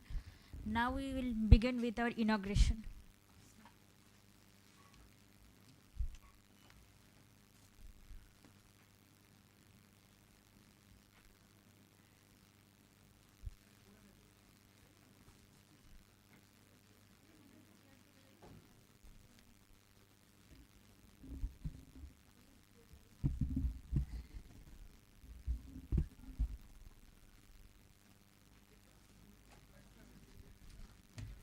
এই মাইকটা কেমন?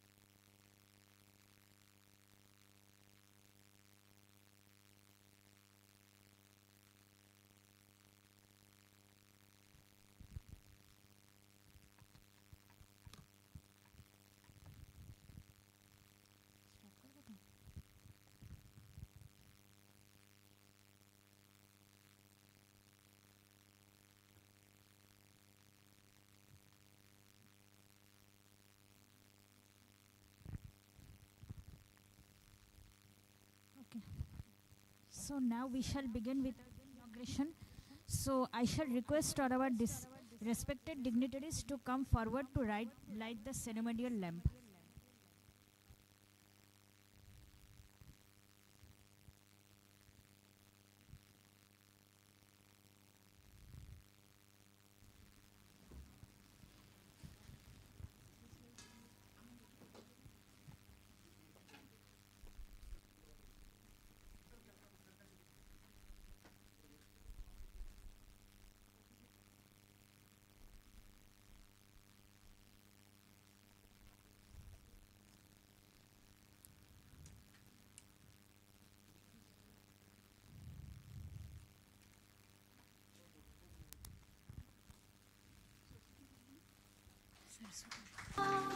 या शुभ्रवस्त्रावृता या वीणावरदण्डमण्डितकरा या श्वेतपद्मासना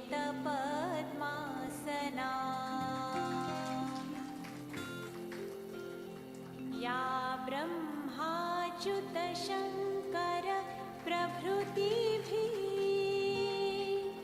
देवै सदा वन्दिता सा मां पातु Saraswati Bhagwati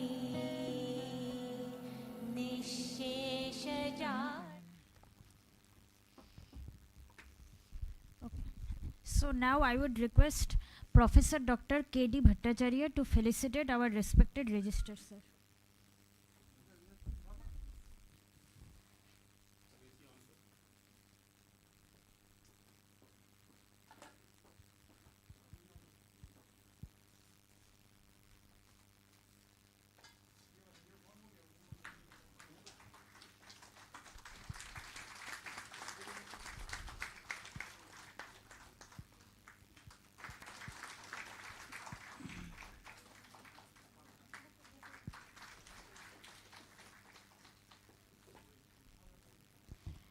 I would request Professor Dr. Ranabir Pal to felicitate our respected Vice Chancellor, sir.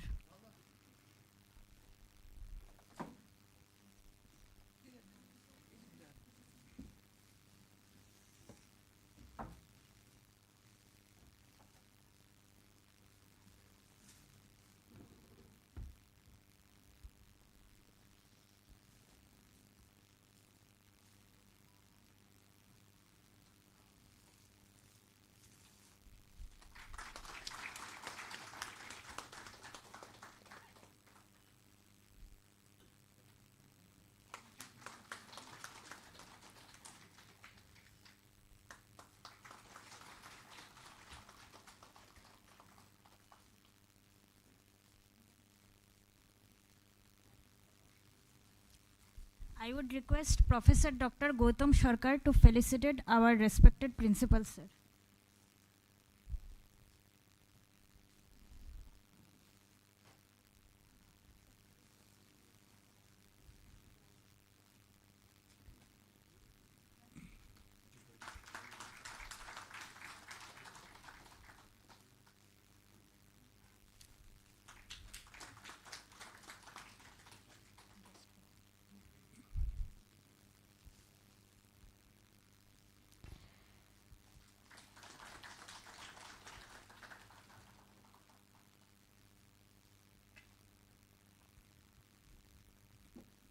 I would request our Honorable Registrar Sir to felicitate our guest faculty, Dr. Pritam Roy.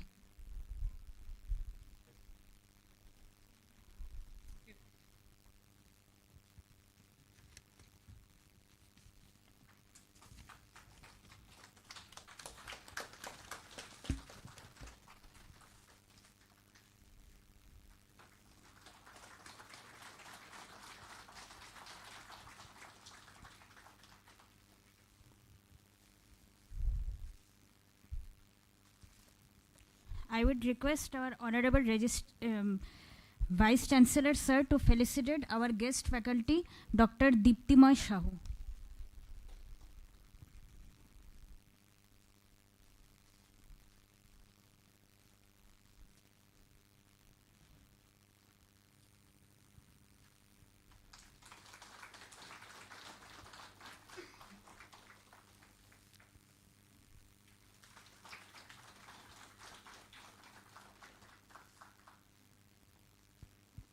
Now I would call upon the organizing secretary, Professor Dr. Gautam Sarkar, to deliver his welcome speech.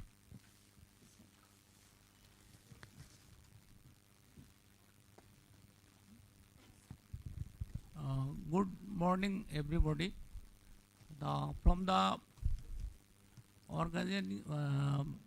We have organizing a workshop on neglected tropical disease.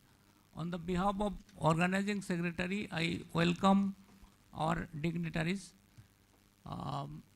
First of all, I welcome Dr. Sudipto Bose, the Vice Chancellor of the Mata Gujri University.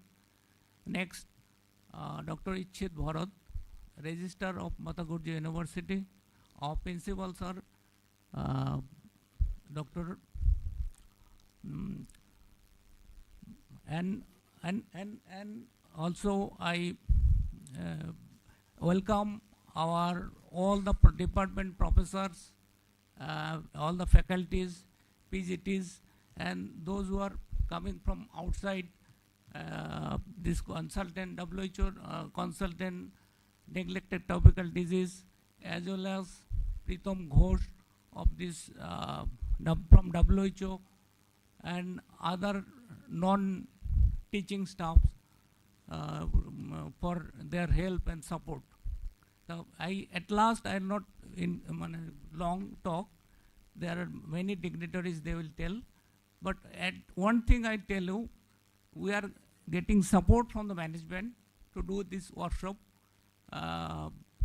and we are assembled over here due to their support and all that. So thank you very much. Now our dignitaries will tell something and inaugurate our program, and thank you very much. Thank you, sir, for sharing your valuable thoughts. Now I shall call upon our respected registrar, sir, to share his valuable thoughts with us.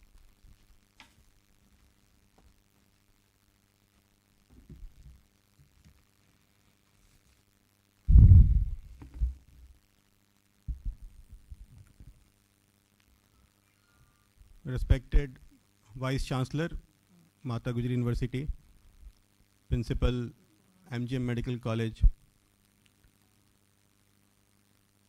faculty members, Head of the Department of Community Medicine, all the delegates and supporting staffs. First of all, on behalf of this university, being a registrar, I welcome all the resource faculty who have traveled from all over India to make this workshop a grand success. Today, we have assembled for the workshop, and the topic is neglected tropical disease. I think this is a very important topic, and here I think interns are also available, PGTs are also available, faculty members is available. So I think this topic will boost up their knowledge, and this will help in their future private practice and all. So I would request all the department, not only community medicine, all the department to organize this type of workshop in the future, so that knowledge, we can increase the knowledge and we can share the knowledge from the resource faculty. And I think 4 or 5 days before, we have also organized InvestiCon 3, and we have requested the organizing secretary that in InvestiCon 4, we should also invite some faculty from outside India, international faculty also, so that they can update us what's in international, what they are doing and all. So we will enhance the knowledge of the delegates and especially the PGTs and interns of this institution. Once again, I thanks Dr. Krishnadas Bhattacharya, the organizing chairperson and organizing secretary, for organizing this workshop. Thank you.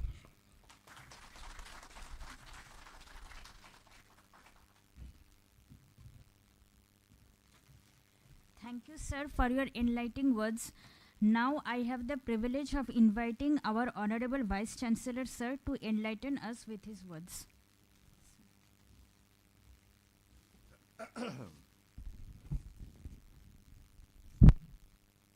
Thank you, Madam. Honorable Director, M.G.M Medical College and L.S.K Hospital in absentia, respected Registrar, Mata Gujri University, respected Principal, Head of the Department, Community Medicine, Organizing Secretary, Joint Secretary, Associate Secretary of this workshop, faculties from elsewhere, resource person, faculties herein, all PGTs, interns who have joined, all categories of staff who have been working tirelessly. Ladies and gentlemen, it is indeed a proud privilege and an honor to welcome you all at today's CME workshop, whatever you call it. There are 4 credit points. Now, you see, the simplicity of it adds to the importance. Neglected tropical diseases. You see, in the whole field of clinical medicine, it is the common things which come first. You make a rare diagnosis, you are rarely correct. And these 2 topics which have been highlighted are very essential. I can assure you, because basically from Calcutta, but my first posting outside was at North Bengal Medical College. This particularly coming to snake bite weather.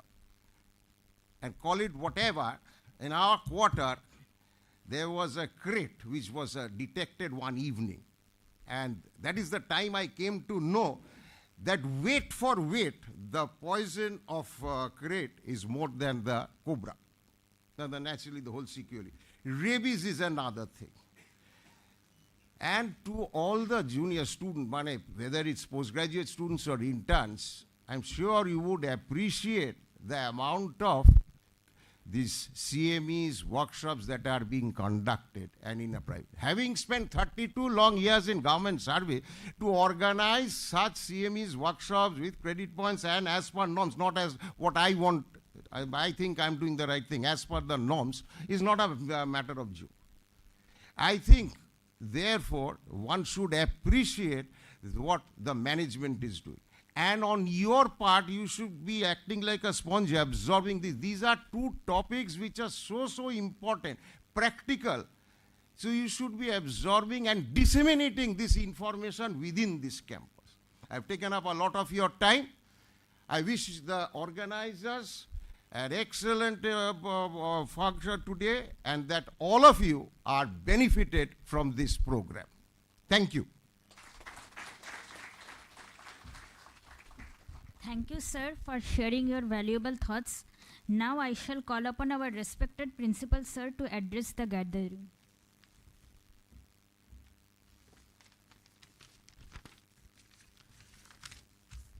A very good morning to all.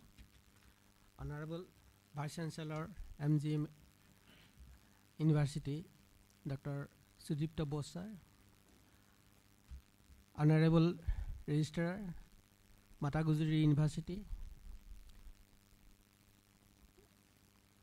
Dr. Bharadiksit sir, our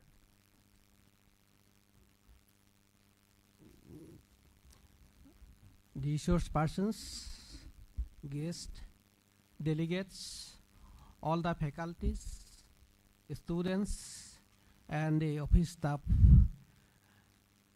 present here. It is indeed a great privilege for me to have here with you for the inaugural session of day-long workshop organized by Department of Community Medicine, M.G.M Medical College. First of all, I would like to take the opportunity to welcome you all for today's workshop on neglected tropical diseases organized here at Mata Gujri Medical College. Next, I would like to extend my gratitude to the Board of Management for their support, cooperation for holding the workshop, providing a platform where ideas and academic knowledge can be exchanged and shared in the field of present healthcare scenario. Today's workshop on neglected tropical diseases has significantly important in view of rising trends of these diverse diseases, which are caused by varieties of pathogens including viruses, bacteria, parasites, fungi, toxin, and are responsible for devastating health, social, and economic consequences. As all of you know, the NTDs are mainly prevalent in the tropical areas in the most part of the India, that is Jharkhand, Madhya Pradesh, Maharashtra, and even Bihar, including this eastern part, where most of the populations are underdeveloped with poor educational outcome, lack of health awareness, and limited professional opportunities to guide and exposure to educate the community. So anyway, I hope this workshop would be able to reflect the magnitude of advanced academic knowledge, updated information, and will bring the hope of better healthcare scenario in the community. I wish you a very productive workshop with encouraging discussion among the participants. Hope this event would have a successful and enjoyable one. Thank you all.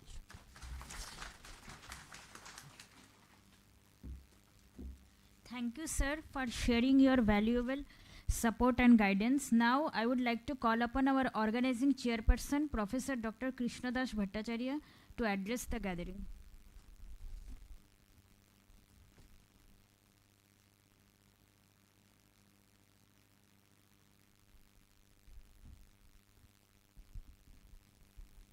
Respected Vice Chancellor Sir, Dr. Sudipta Bose, respected Registrar Sir, Dr. Ichit Bharat, respected Principal Sir, Dr. Bijan Datta, our Organizing Secretary, Professor Gautam Sarkar, and professors of other departments, and teachers, PGTs, interns.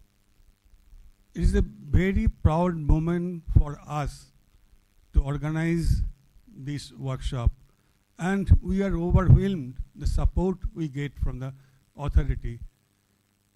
We never thought of that type of support we'll get. Really, it is marvelous. Because of this admission, because of our registrar sir, this program is going on. This type of program is essential because we are dealing with common problems and there are some myths. So to remove those myths, this type of program is necessary.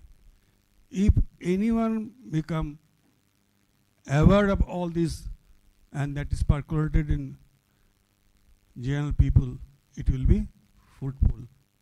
Thank you for coming here. Thank you all.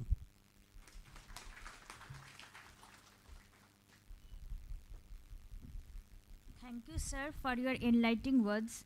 So with this, we shall end our inauguration and we shall take a tea break for 15 minutes and then resume after that. Thank you, sir.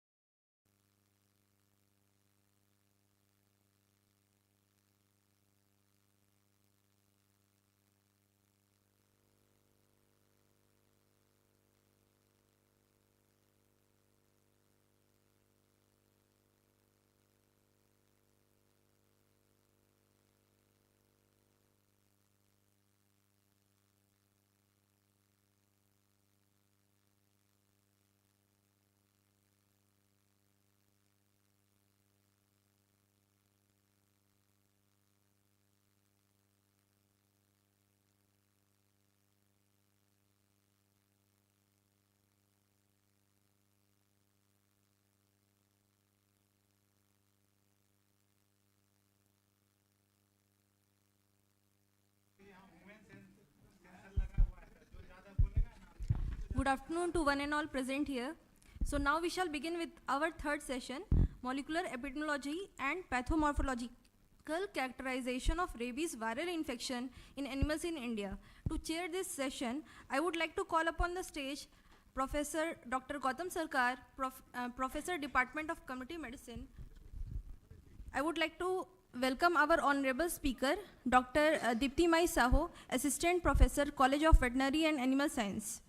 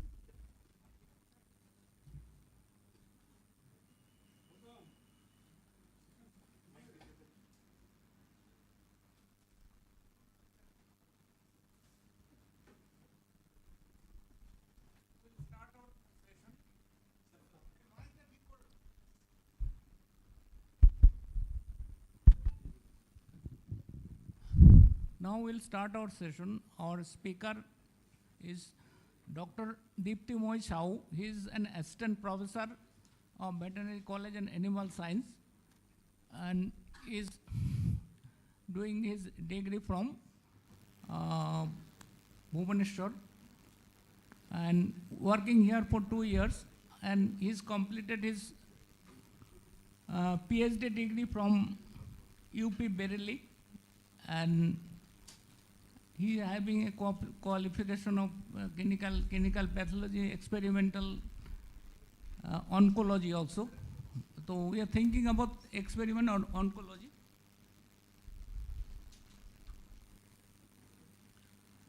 So actually we are not aware of much about this veterinary, this thing.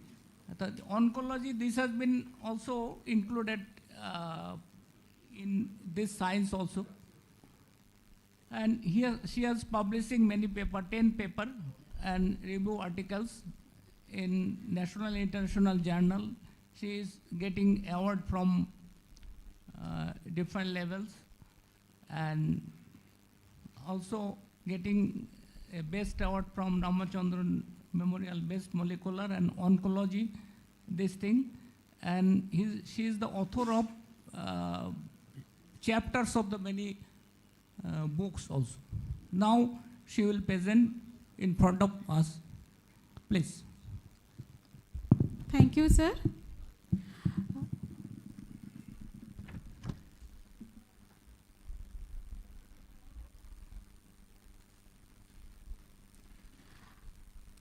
Respected organizing secretary, organizing person, different faculties of M.G.M college, respected delegates, students and staffs of this college and institute, thank you for giving me chance to present my work, what I did during my PhD research. During my PhD research, it's a part of my PhD research. So thank you and welcome to my presentation.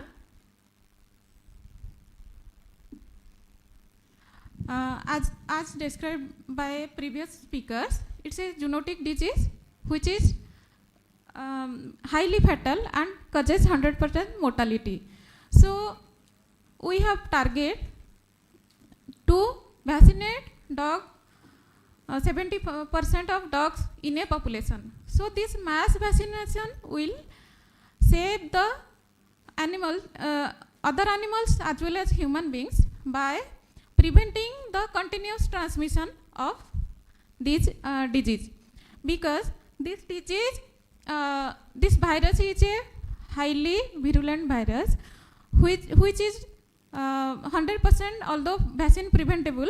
When we are not giving importance to vaccination, it can cause death in any warm-blooded animal, which is getting affected. But when we go for proper vaccination in both person who is getting exposure to this regular rabies related works, as well as the animals who is having susceptibility to exposed to rabies. So as we know, it's a virus, bullet-shaped virus, belongs to genus Lysavirus of family Rhabdoviridae, and it having important 5 genes like N, P, M, G, L. And N gene and G gene are the most constantly targeted gene which are used for molecular detection of this virus in different animals. And N gene is the most preferable one because it is considered as the most stable gene of this virus, which is having less mutation even though it will shift to another host. Like if we'll say it's transmitted from dog to a mongoose, still also we'll get less mutation in and less substitution of amino acids in N gene in comparable other genes. So which are the host? Domestic hosts like cattle, buffalo, sheep, goat, pig, dog, cat, horse, donkey. In almost all domestic hosts, we reported rabies in India. And what are the livestock hosts in India? Livestock and wildlife hosts in India. So wildlife reservoir is also contribute to this important. This is important because from wildlife host it will shift to our carnivore hosts, which are feral dogs, and from feral dogs to it can transmit to humans and other pet dogs and cats.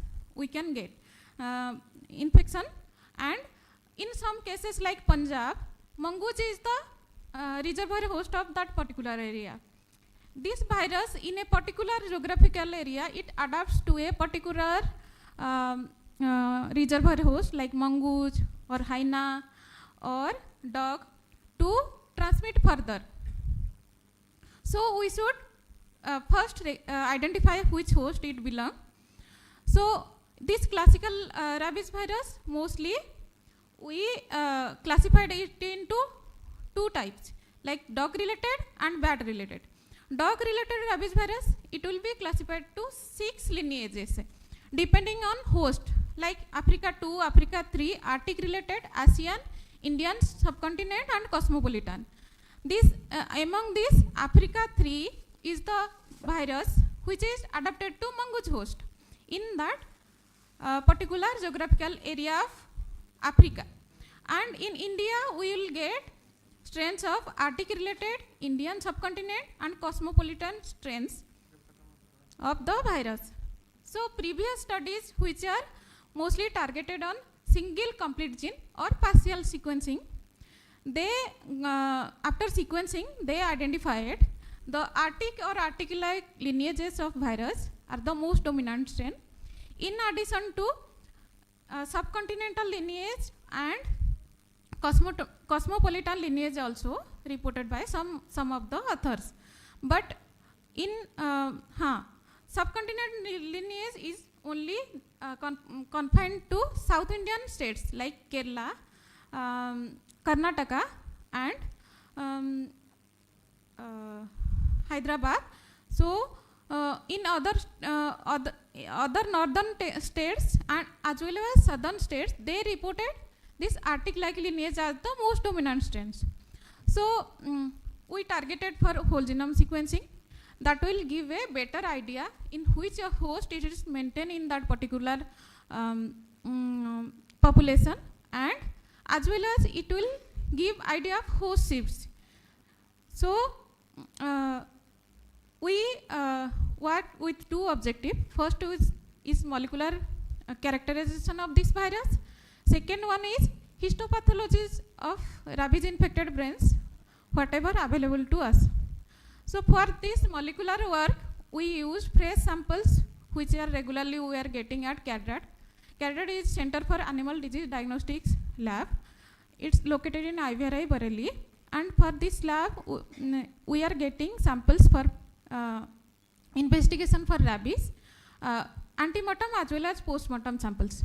Antemortem samples we used to get from like saliva sample, corneal impression smear from the clinics that is established in IVRI, and postmortem samples will get samples in 10% NVF or samples preserved in ice for detection of this virus. So for molecular work I used engine. So first I screened the sample by fluorescent antibody technique by using fusorabio monoclonal globulin, which is FITC conjugated. Then I went for PCR reaction using engine primers, which are previously published by previous authors of my lab. And then I designed 11 set of overlapping primers to get the whole genome. So whatever section we got because of sometimes animal is dead and we'll get the samples with 10% NVF. So in that case we went for histopathology study, and as cellular staining is another standard procedure by WHO, for some sections fresh samples we did cellular staining for demonstration of negribodies. So we used sample from brain samples of spotted deer, tiger, mule, horse, leopard, 2 hyena and 1 bear. We got draft genomes of these samples. We submitted in the NCBI and we got accession number for all of these samples. So this is the fluorescent antibody, direct fluorescent antibody technique. Left one is brain impression smear of a hyena, and right one is brain impression smear of horse. This typical apple green fluorescence indicates infection by rabies virus, and we can get singular multiple signals in a neuron. So it further the same sample is used for molecular characterization, and this is amplified using first engine primers. Then for whole genome sequencing, as I described previously, 11 set of overlapping primers we have used.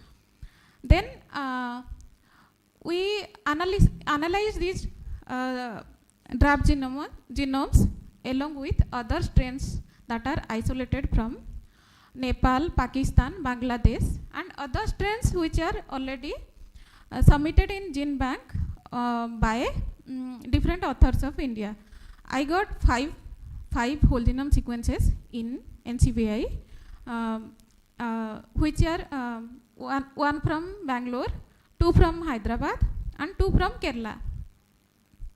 So when we analyzed, these strains are clustered with other strains like they are from Nepal, Bangladesh and Pakistan, as well as other Indian strains, and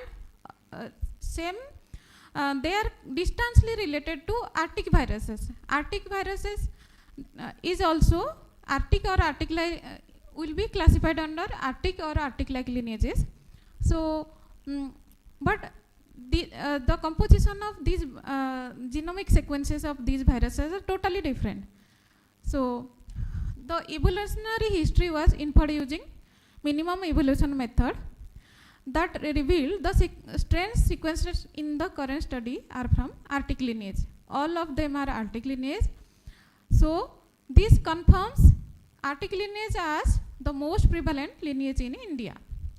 For histopathology, we used brain samples from dog, cattle, buffalo, sheep, deer, hyena, leopard, wolf, bear. So we reported severe meningoencephalitis as well as severe meningoencephalomyelitis with severe perivascular cupping. These are the sheep brains which demonstrated typical severe meningoencephalitis. This is a brain sample from buffalo.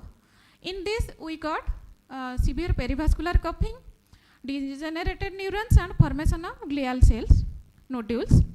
And same brain sample, also different location, it showed severe vasculitis and formation of glial nodules. Spinal cord of buffalo that presented meningomyelitis with severe perivascular cupping. Then when we examined one hyena brain, it presented multiple negri body in single neuron that I have previously demonstrated in by direct fluorescent antibody technique. Then it's a brain from bear. Instead of it didn't show that much perivascular cupping or other changes. Instead, it showed severe hemorrhage in different areas. Then this is cellular staining. We got magenta colored inclusion in bodies, which is intranuclear inclusion bodies, that is negri body. This also we got multiple negri bodies in a single neuron. So what we conclude from our study? So this whole genome sequencing revealed whatever strains available in India, they are closely related to other strains and isolates from nearby countries like Nepal, Bangladesh and Pakistan. And Arctic lineage is the most dominant lineage that is circulating in both northern and southern India. Then previous studies, they have reported Indian subcontinent lineage in southern India. Since most of my samples are from North India like MP, UP, Delhi and Rajasthan. So I think because of that I didn't report any subcontinent lineage strain. And these histopathological changes may vary from animal to animal. We can get lesions like negri body formation and meningoencephalomyelitis, or we only may get vascular changes. So combination of tests and like in direct fluorescent antibody technique, then PCR and histopathology, whatever methods available with us, we should explore and we should use combination of tests for detection of these diseases. And most importantly, people who are working in diagnostic laboratory, they should get their pre-exposure vaccination, so that when they are handling these samples, even if they having any spillage or accidental exposure to this infected material, they can take post-exposure vaccine, which will be more safer than without vaccination. And we are I think before we started before 10 years, we advise all the owners of pet animal like dog, cat, we suggest them for pre-exposure vaccination of those animals, and regularly we are practicing in our veterinary hospitals, whatever government hospitals available. Even if pet owners, they are now aware of this and they are spontaneously coming to our veterinary hospitals for vaccinating their pets. And I wish to acknowledge my guide, Dr. Karampal Singh, Dr. and co-guides, Dr.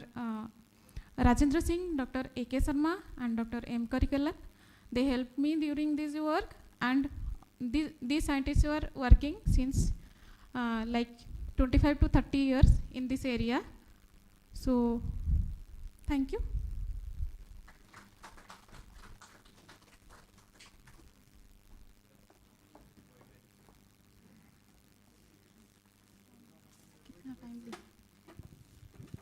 Hello, thank you very much for your nice presentation.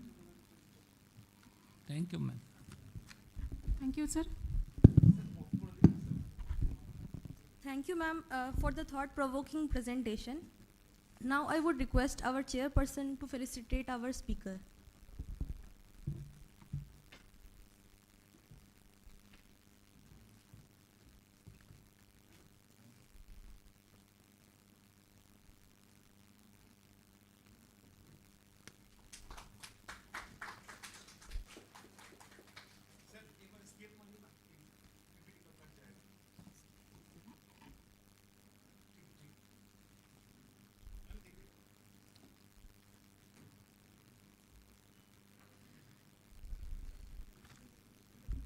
Now I would request Professor Dr. Ranbir Pal sir to felicitate our chairperson.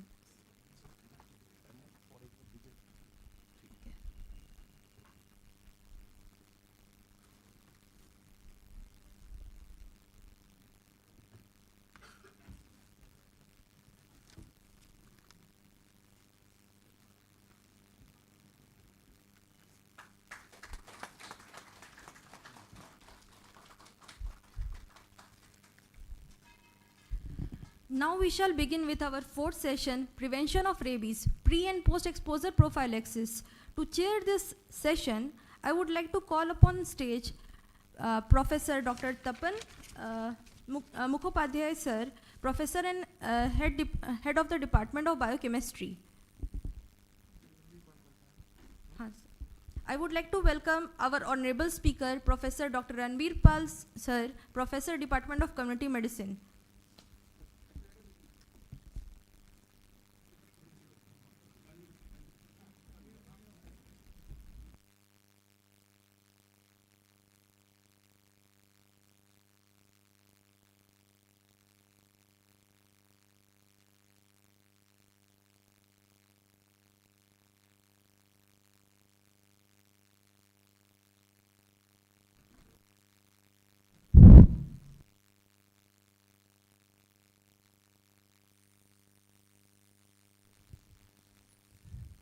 Good afternoon, everybody. I convey my thanks to the organizers for selecting me here. Actually, I should be here for listening and learning, not for judging. But anyway, I use the podium favorably to learn as well as convey my regards to the speaker, Professor Dr. Ranbir Pal, whose qualifications to read out will just lengthen the session. So I am not venturing into that. I know him from since many years. He is a highly academic personality, and over and above, he is a very genuinely sober and sophisticated person, human being. Let us now get some touch of his excellence of academia from his deliberation. So, sir, please give your informations to us. We will be very much benefited. Start, please, sir.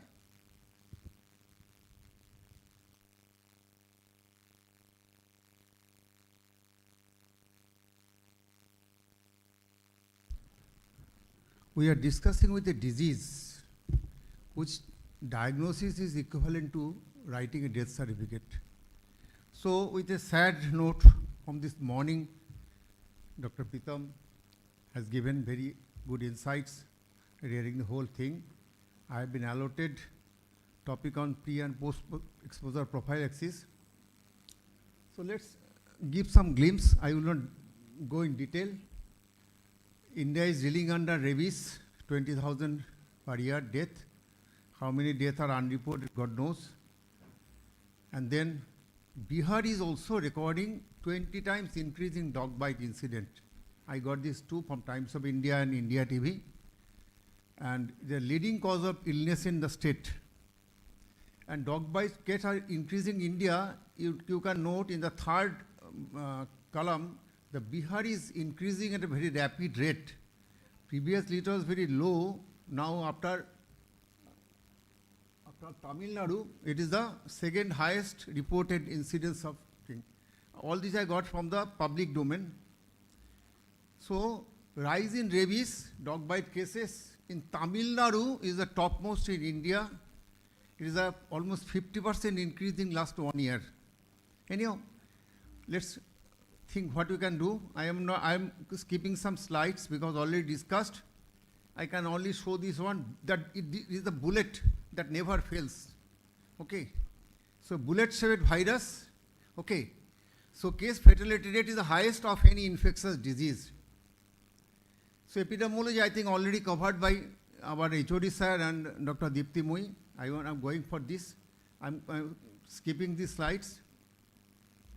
I want to see this very fatal case. One case is we cannot see for more than few seconds.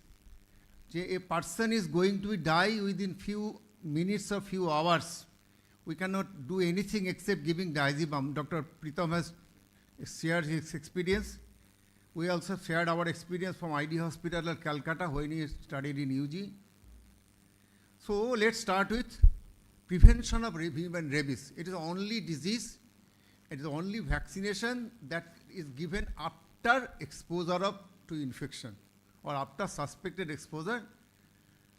So we'll discuss post-exposure prophylaxis, then pre-exposure, then post-exposure, who has already vaccinated previously in these three sections.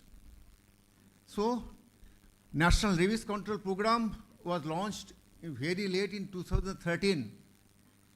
So, with those who are interested can read the book. I think it is regularly updated by WHO. So, this thing I want to express to everyone. This 6 slogan I have made: correct diagnosis, correct vaccine, correct regimen, correct time to start, correct dosage, correct administration. All these are very important. I think there is a important algorithm I found.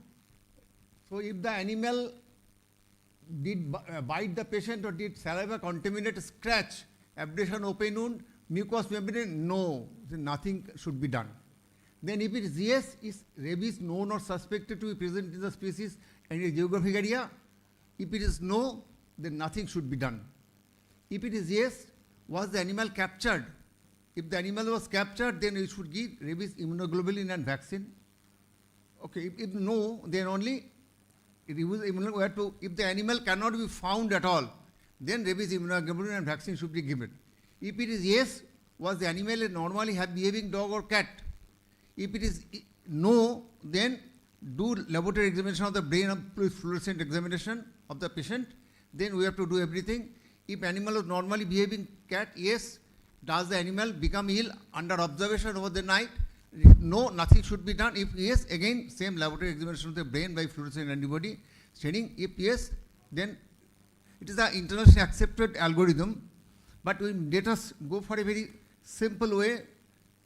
So, decision to treat. I am going very interesting way, interactive session. Let's see. Vaccination status of the biting animal is important or not? I want response from the, it is important. Vaccination status of the biting animal, how many times you get?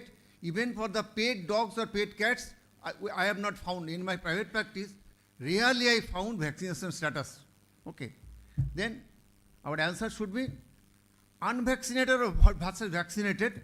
In developing countries, the vaccination status of the suspected animal alone should not be considered when deciding whether or not initiate the prophylaxis.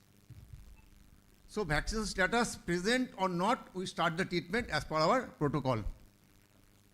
Dr. Pritam, please correct me if I am making old concept.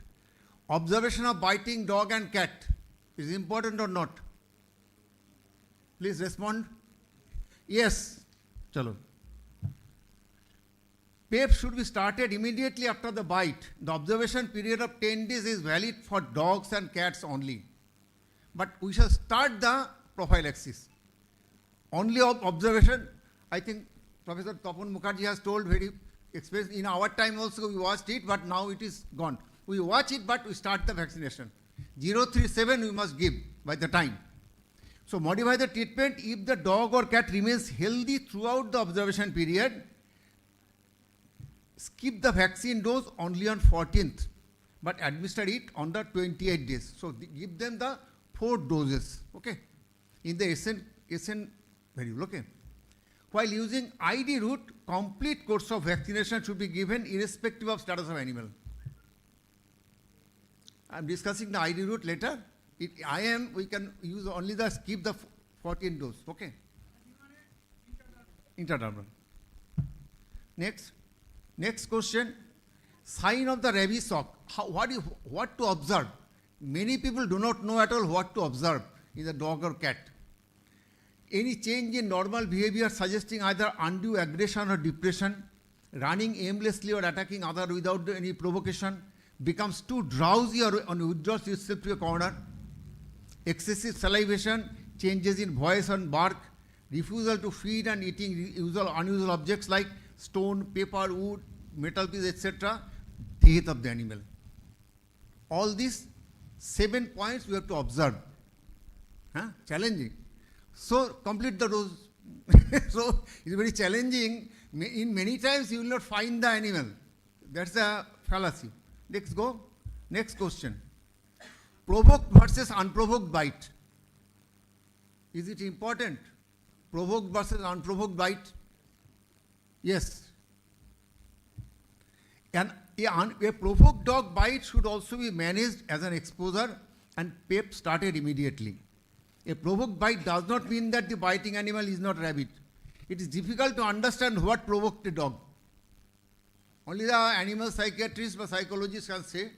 So it is whether provoked or unprovoked, we have to start manage the treatment. Clear?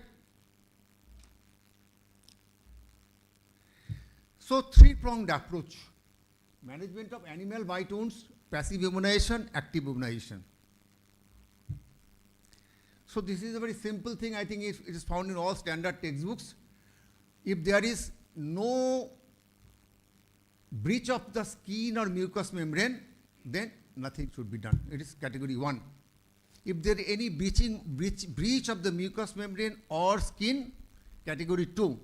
But if it is blood comes, immediately goes to category 3. Always think of next category if you are in confusion. Because it is 100% fatal. Okay. So active immunization with anti-rabies vaccine. I don't know. Just 1 minute. Oh, sorry. Active immunization. WHO recommended in our time when we were MBBS students, we got nerve tissue vaccine. The virus was injected to the brain of sheep and it was found from the sheep brain, the nerve tissue vaccine was brought and there was a very painful vaccination. 1 ml vaccine to be given continuously for 14 days around the umbilicus. It is very painful and WHO discontinued this. Okay. Now the cell culture vaccine and purified dark embryo vaccines are there. Okay. The potency should be more than 2.5 international unit per IM dose. This is a standard dictum. Is the standardization by an international standardization? Okay. So there are 2 regimens. One is Asian regimen, another is Thai regimen. Asian regimen is called 1115. 0, 3, 7, 14, 28. 0 is a confusing word. Okay, most confusing word. From the time and date of bite, anytime you start it, it is a 0. Suppose it was bitten on yesterday evening and it came to today, within 24 hours, we will consider it as a 0 date. Even it come later, from there we count the dates. 0 date is from the first dose given after the diagnosis was made, suspected dog bite. So 0.5 ml, site is preferably deltoid or anterolateral aspect of the mid thigh. Needle directed posteriorly and downwards. Please remember this, all these things are very important. Gluteal region is usually avoided. So Asian regimen is basically 5 doses. 0, 3, 7, 14, 28. Okay. Next comes the latest concept called Thai regimen. Okay, anyhow, it is approved by the WHO DGCI since February 2006. Cost effective. Interdermal has come from 2006. That is a Thai regimen. What is previously called Thai regimen, it has now become an ID international regimen. Okay. So for PG entrance, it may come as a Thai regimen, but it is actually WHO has accepted it later on. So it is the 4-day, 0, 3, 7, 28. Day 0 is the first dose, total 0.1 ml each in both arm intradermal. Intradermal dose, so it is 1/5 of the IM dose. So, and it is less painful also as it is intradermal. So 1 inch above the insertion of deltoid muscle, it should be given. Okay. So let us recapitulate. SN regimen is intramuscular, 0, 3, 7, 14, 28. 5 doses intramuscular in deltoid or lateral aspect of thigh. And thigh regimen that is accepted by WHO, and it is a 0.1 ml twice in both deltoid, 4 dose, 0, 3, 7, 28. So logistic requirement, what is the logistic requirement needed? People must train staff. I don't know how many here in the hall can confidently do 10 intradermal injection at a stretch. Basically, intradermal injection is very difficult among all the injections. Okay. Anyhow, so it should be given to the trained staff and have adequate cold chain facility, ensure adequate supply of suitable self-mounted syringes for ID administration, and well-versed management in open vial and safe storage practices. Most important is the first one, adequately trained staff. Anyhow, sorry. So now the vaccines that are available here in India, I don't know how many you know. Okay. So most popular is Verorab, Rabipur and Avirab. These 3 are most popular in, I think, in our eastern India. Okay, now few vaccines are coming. Okay.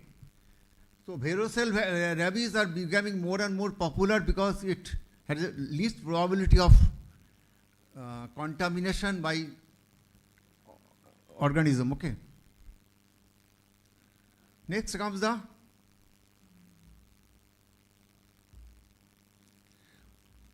rabies immunoglobulin. Already I discussed in type 2 with blood, or type 3, all should be given rabies immunoglobulin. There are 2 rabies immunoglobulin available. One is equine rabies immunoglobulin. There is content is 300 international unit per ml. Human rabies immunoglobulin is 150.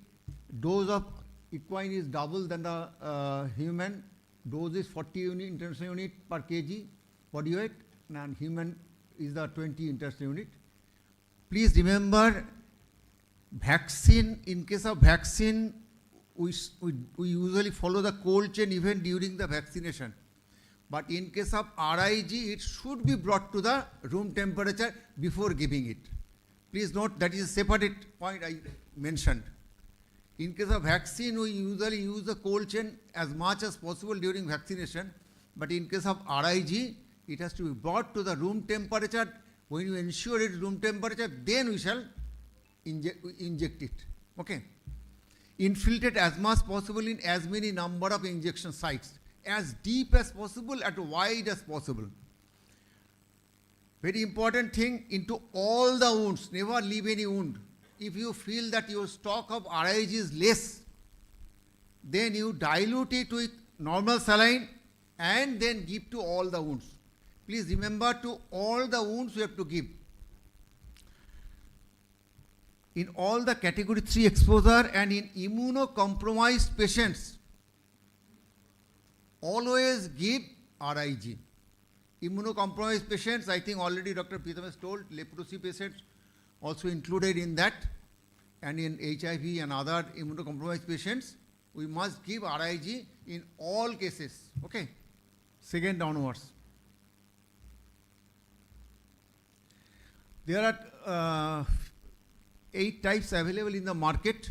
HRIG, human rabies immunoglobulin, average is 3 variety, and ERIG is 5 varieties normally available in Indian market, I could found. Okay. Next comes the recent advances, monoclonal antibodies have come. That's why we call recent advances. It is brought by the Serum Institute. It is found in two strengths. One is 40 unit per ml, another is 100 international unit per ml. Okay. Recommended dose is 3.33 international unit per kg body weight. That was in case of equine, it was 40 international unit per kg body weight. In case of human, it was 20 international per unit. It is 3.3. So what is the advantage of this? As per WHO, advantage of this monoclonal antibodies is that it's the reduced risk of contamination because the others from the horse or human body, from there any infection may come, but as it is found in the modern biotechnological method, so the risk of contamination is minimum. Consistent quality we can get, potential for low cost, and last but not the least, now as per Dr. Sahu has told, there are different strains are coming. Serum Institute is making a research to make as many as strains to possible to a cocktail monoclonal antibodies so that it covers almost all the strains. Okay. So already WHO has recommended to use it, at least on paper we found. Next comes animal that transmit rabies in India. I think already it is discussed. Dogs and cats are domestic, except, and bats, rodents. One of the very important thing I want to say, in my private practice period, 30 years back, I found many rat bite. Whether to give vaccine during rodent bite, that was a real confusion. And at least at that time also it was told rodent bite or rat bite should not be considered as rabies. So I never did it. Same is the routine here also. Okay. But here two things very important. One is the rabbit cow's milk if you take by mistake, then it has to be treated as category 2. Okay. And then already bites by the bat or rodent in unusual circumstances we may consider. But in usual situation, this bat, rodent, birds and squirrel bite we should avoid. In all other animals, we must think as it is a infection and start in this way. Okay. So this is in a 3-day weekend when a 4-year-old child, toddler presents it, now it's a problem. With a dog bite in the lower part of leg due to holiday, diagnostic testing facility may not be available for 5 to 7 days. Would you start post-exposure prophylaxis immediately? On a long weekend, on Thursday it came, Friday, Saturday, Friday, Saturday, Sunday. That category will remain. In category 2 or 3, whether you start post-exposure prophylaxis or not. Yes or no? Yes, chalo.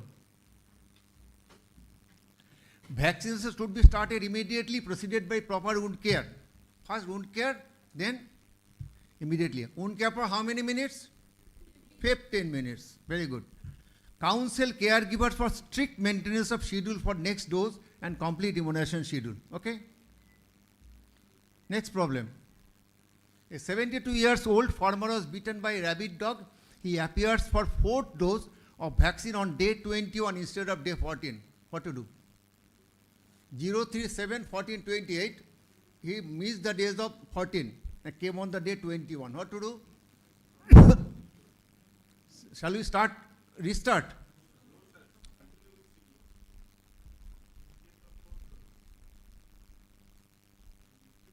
If any dose are delayed, vaccination should be resumed, not restarted. Okay? Complete immunization schedule of this farmer. If you give day 21 the 4th dose, 5th dose on 28. Okay. Next. One person is referred from other state with grade 2 bite 7 days back who received 2 doses of ARV. Got only 0.3 and on 7th day it came from other state. Okay. Of available product brand which is not available here with pain on both injection sites. In 2 injection, IM injection, he got pain in both deltoid, and the brand that was given, that is not in your state. What to do?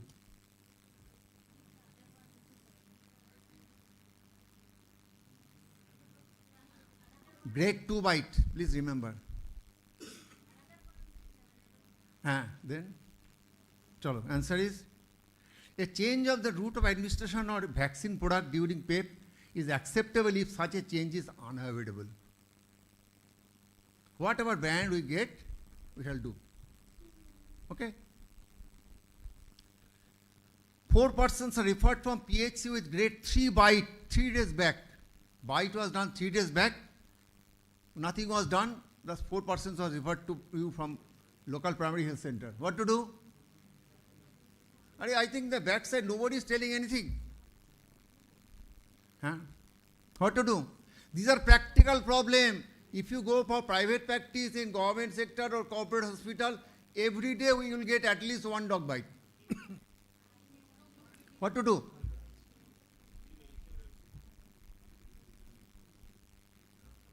Only got 1 anti-rabies vaccine each. Okay? On 3rd day. Grade 3 bite. Who was supposed to give RIG. Okay? So administered RIG even when treatment is administered RIG even when treatment is delayed. Okay? RIG should not be given after 7 days, because in my literature 7 days, now the Dr. Pritam was telling 12 days.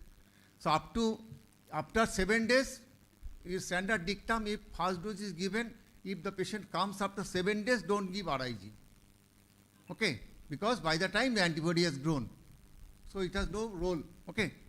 If in re-exposure cases completed post-exposure prophylaxis previously, RIG is not indicated, follow re-exposure schedule.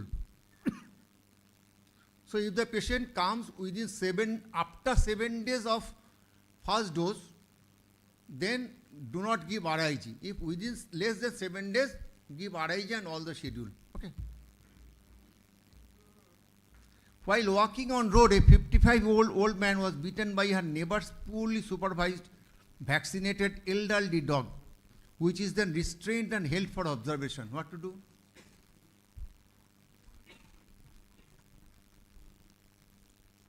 This type of question expect from NEET PG. Okay. Okay.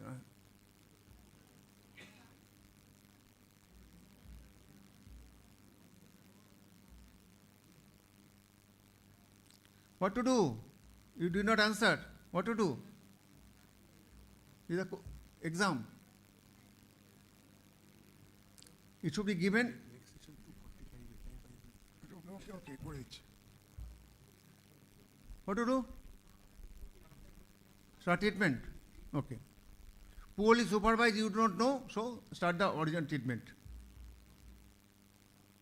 While visiting hospital for routine checkup, an experienced 42-year-old dog trainer is beaten multiple times by unvaccinated, unruly, somewhat vicious puppy, which runs through the highway and struck and killed by speeding truck, subsequently buried.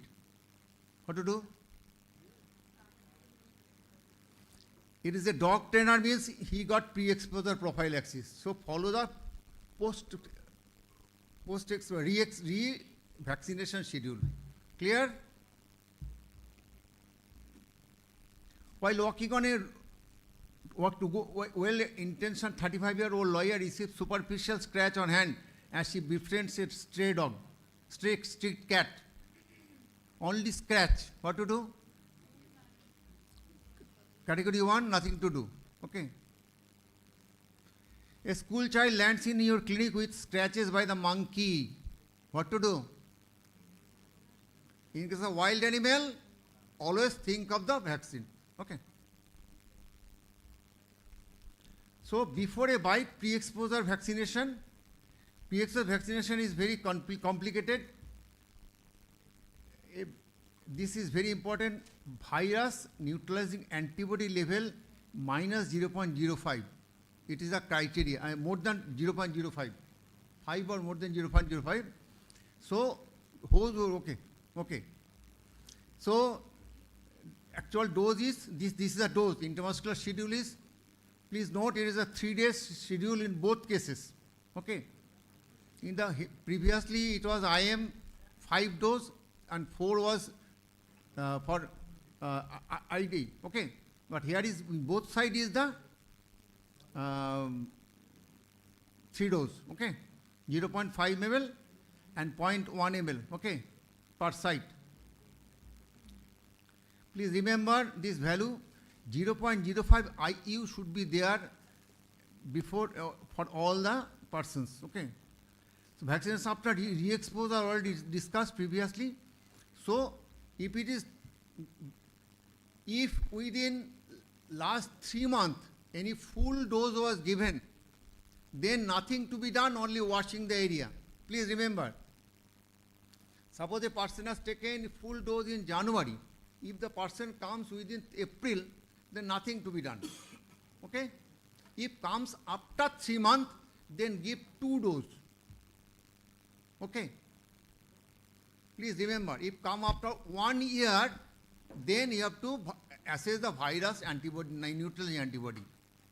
Okay? If comes after 1 month, within 1 month, nothing to be done. If comes after 3 months, then you have to give 2 doses. If comes after 1 year, you have to calculate the virus neutralizing antibody.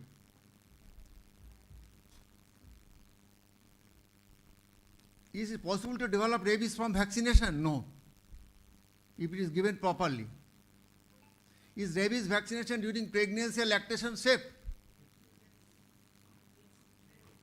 Sure. Yes, it is safe. Life-saving vaccines should never be withheld, and there is the scientific evidence that it has been baby is harmed or by milk is harmed from the mother. So no documented evidence of that pregnancy and lactation can cause. 20th September is the anniversary of Louis Pasteur. Okay. Achha.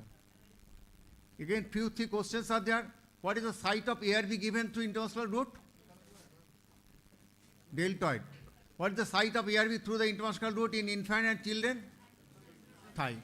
1 dose of anti-rabies vaccine per site given through intradermal route, given through IM route. It is 5 times. Okay. What is the dose is given through intermuscular route, intradermal route? What is the dose given through intradermal route? 0.1. Chalo. Next. Animal bite cases report to OPD after 4 years of bite. In all animal bite except dog and cat, give vaccination. Okay. Monkey bite category 3 patient referred to PSC. What to do? Give full vaccination. Stray dog bite patients after 10 days. What to do? Will you restart the next plan? What is the next plan? Complete the regime irrespective of observing the dog. Okay.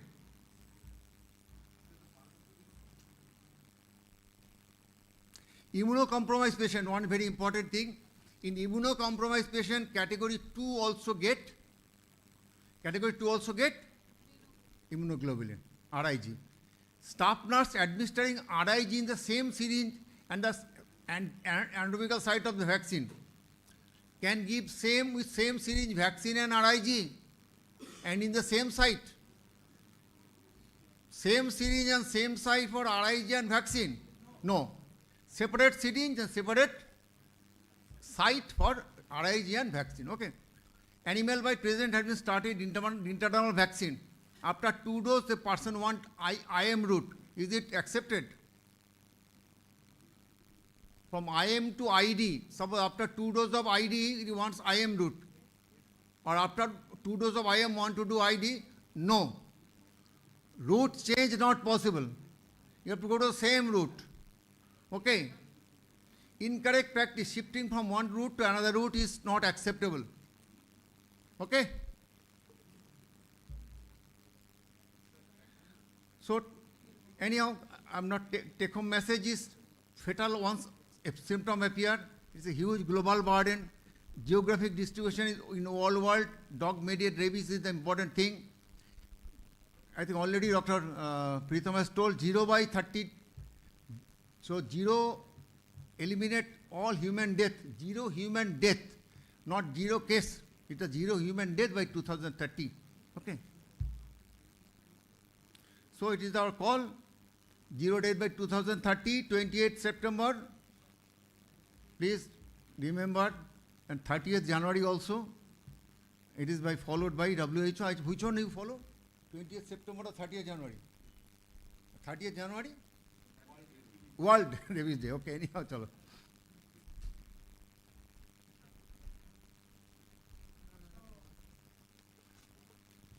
So, this session never was intending to complete, as I assume, but it cannot complete also. It cannot be completed. Any extent of knowledge cannot be just put a full stop anywhere, in any session. But since we have to start our lunch and thereafter the next session is online session is awaiting, I put the session here to a close, asking you to ask anything if you desire while sir is taking his lunch. Already I asked 30 questions. Thank you, sir, for that engaging session. Now I would request our chairperson to felicitate our speaker.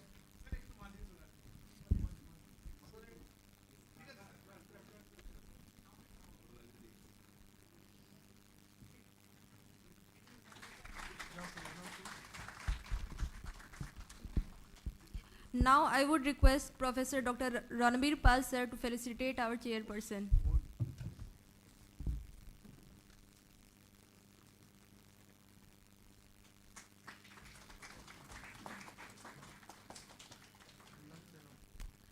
With this, we move forward to our lunch session, and post-lunch session will be resumed at 2:45 p.m. For our next session, speaker will be online. Oh, just 1 minute. You want to add a few points that I missed? No, not missed. Chalo. Just 2 points I think is very important while we treat category 3. When we are saying, sir also said animal bites, all animal bites, whatever scratches should be considered category 3. Another important thing while we miss and may cause death is if there is a leak of the animal in eyes, lips or hands, then we should give immunoglobulin drops has to be given to the eyes, rinsing, to the lips or mouths, or if there is in the finger, because that is the most dangerous. The mucous membrane, and it is a wet mucous membrane, and there will be direct entry very fast.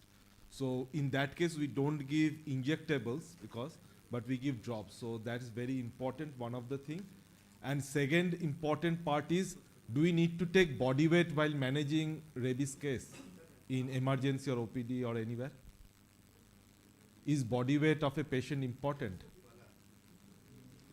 It is, so Sarah has mentioned that, but I thought of again reinitiating and retolling it that body weight is the most important, because immunoglobulin has to be given as per kg body weight. And no assumption in that case that that person is 50 kg or 55 kg. It should not be assumed. It should be actually weight should be taken. Otherwise, that dose will be less and there is chance of patient's death. So, and I congratulate sir for overall compiling so many points in such a short time. So, thank you, sir. Thank you, Pritam sir, for your valuable information. Let's all proceed for the lunch session, and post-lunch session will be resumed at 2:45 p.m. At sharp 2:45 p.m. I request everyone to be present in the LT1 at around 2:45 p.m. for our next session will be online, and our speaker is in Kolkata, and he is waiting for his online session to be conducted from 2:45 p.m.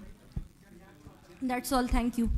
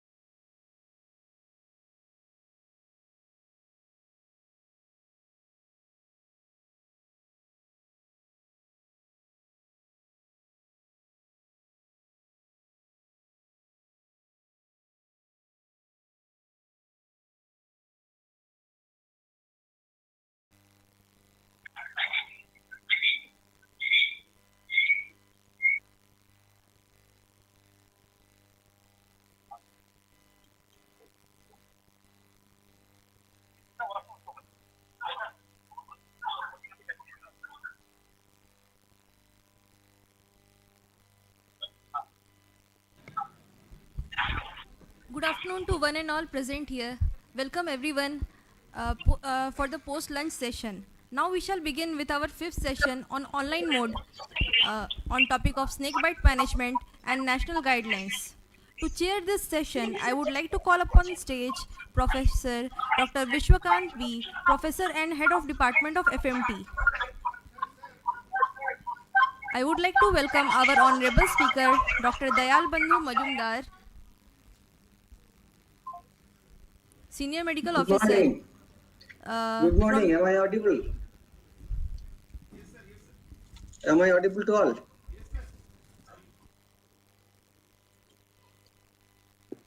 Yes, sir. Okay.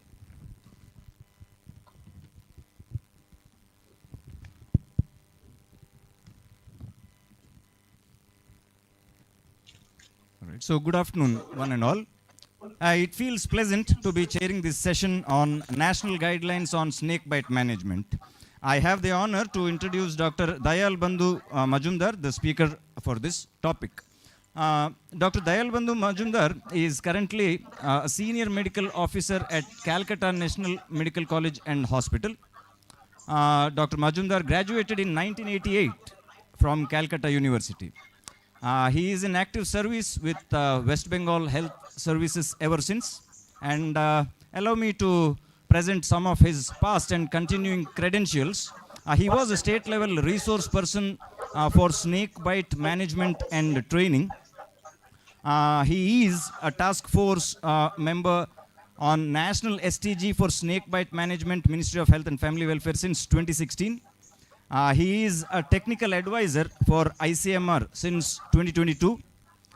He holds a distinct paper publication on epidemiological profile of snake bite with underreporting of snake bite deaths in southern districts of Kolkata. So it's an honor having you, sir, and I pass on this mic as well as the session over to Dr. Majumdar. Thank you, sir.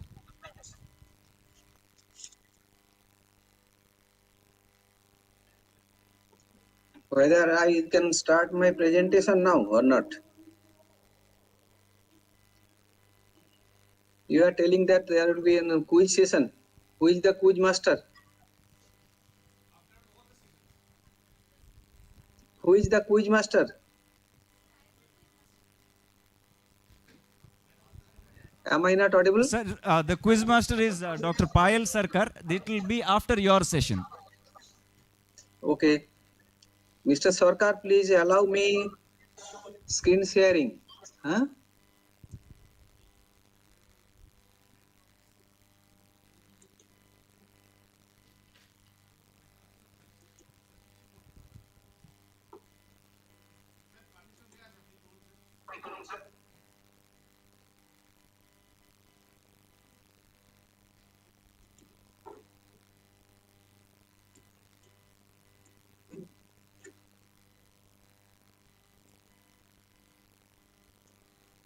Atypical snake bites visible or not? Whether my slides are yes, visible it is or visible, not? sir. It is visible, sir. Mr. Sarkar, Yes, yes, sir. It can is. you see my slides? Yes, sir. Yes, sir. Okay. Let me share first of all with some atypical snake bite cases. You see, to say any snake bite atypical, first of all you have to know what is a typical snake bite case.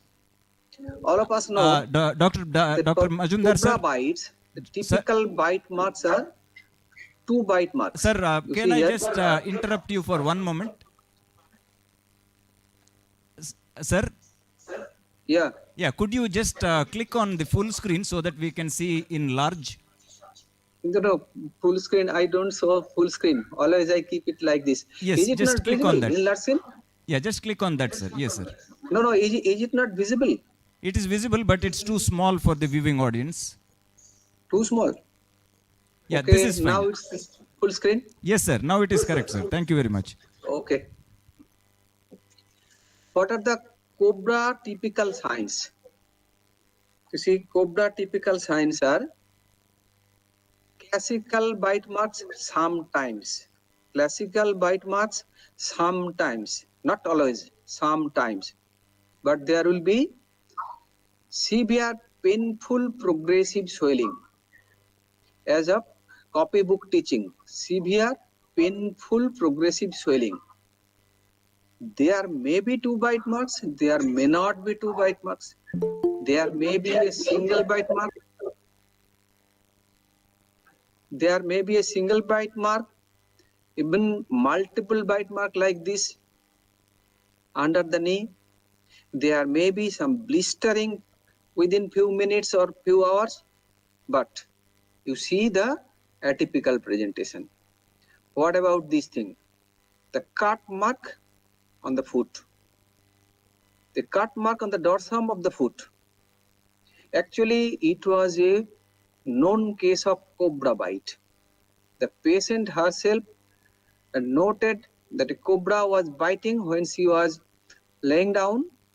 She reflexly withdrawn her foot and there was a cut-like mark. If you stick to the classical two bite marks, you will miss this. But there were immediate pain and swelling. The patient suffered from neurotoxic signs like ptosis, difficulty in deglutition, everything. She was treated by antivenom infusion and atropine neostigmine injections. So, there may not be always two bite marks. There may not be always two bite marks. See this patient. These are the two hands of one snake charmer. This patient came to a rural health center of Midnapur district and told the doctor that I am a snake charmer. When I was transferring the cobra into the basket, I am suspecting that there may be some teeth scratch on the tip of my right index here. What was the time? About 30 minutes back. There was no pain and no swelling. What to do? According to our state protocol, all the bite cases, unknown, suspected, typical, all the bite cases must be admitted. But if there is no sign and symptom, most of the time patients don't agree to be admitted. For that reason, we ask our juniors, start a plain drip. Make an IV channel and start a plain drip and make the patient confined to the bed. And start the fluid very slowly, like 20 drops per minute. At least for 5-6 hours, the patient will be on the bed and you can observe the patient closely. This patient complained of some bizarre symptom around his mouth and he was telling the doctor, I cannot speak smoothly. Actually, this was an early sign of neurotoxicity. Then Dr. Adhikari examined the local bite mark site. There was some swelling. This swelling was after 45 minutes. So, if he didn't admit the patient and allowed the patient to go home, this patient could collapse on the way. That's why we have always given stress to keep admitted for minimum 24 hours. You see this patient. Here, an old patient, 65-year-old patient, he came to a rural hospital of Midnapur district, Debra Rural Hospital. Patient came with unconscious condition. Relatives told that the patient is suffering from stroke. They are suspecting it to be a case of CBA. But Dr. Komarov Soren examined the patient thoroughly. There was no sign of CBA, no lateralizing sign, pupils were normal. The patient was responding to questions.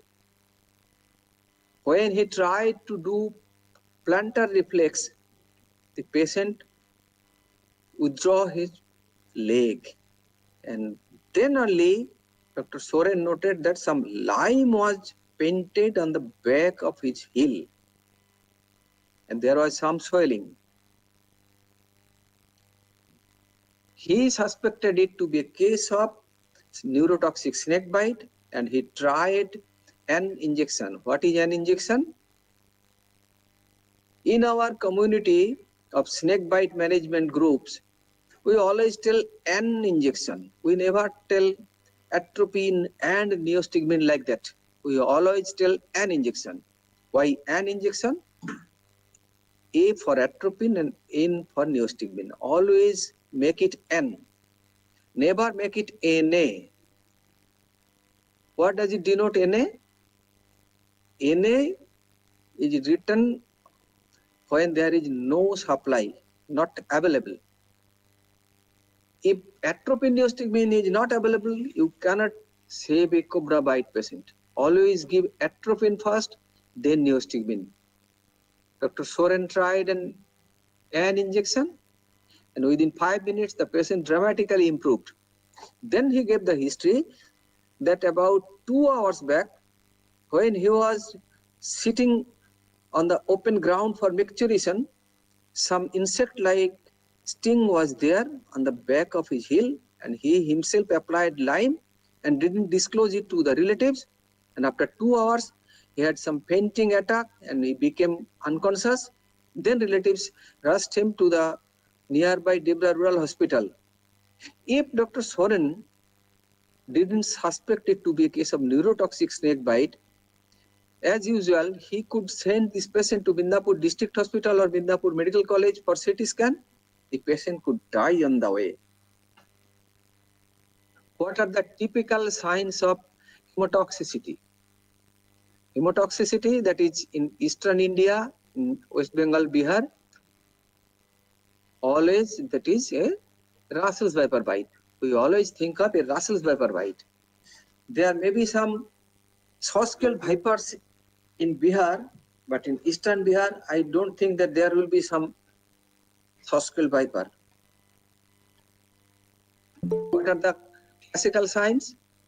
Classical signs are deep bite marks with bleeding. See the leg, deep bite mark with bleeding.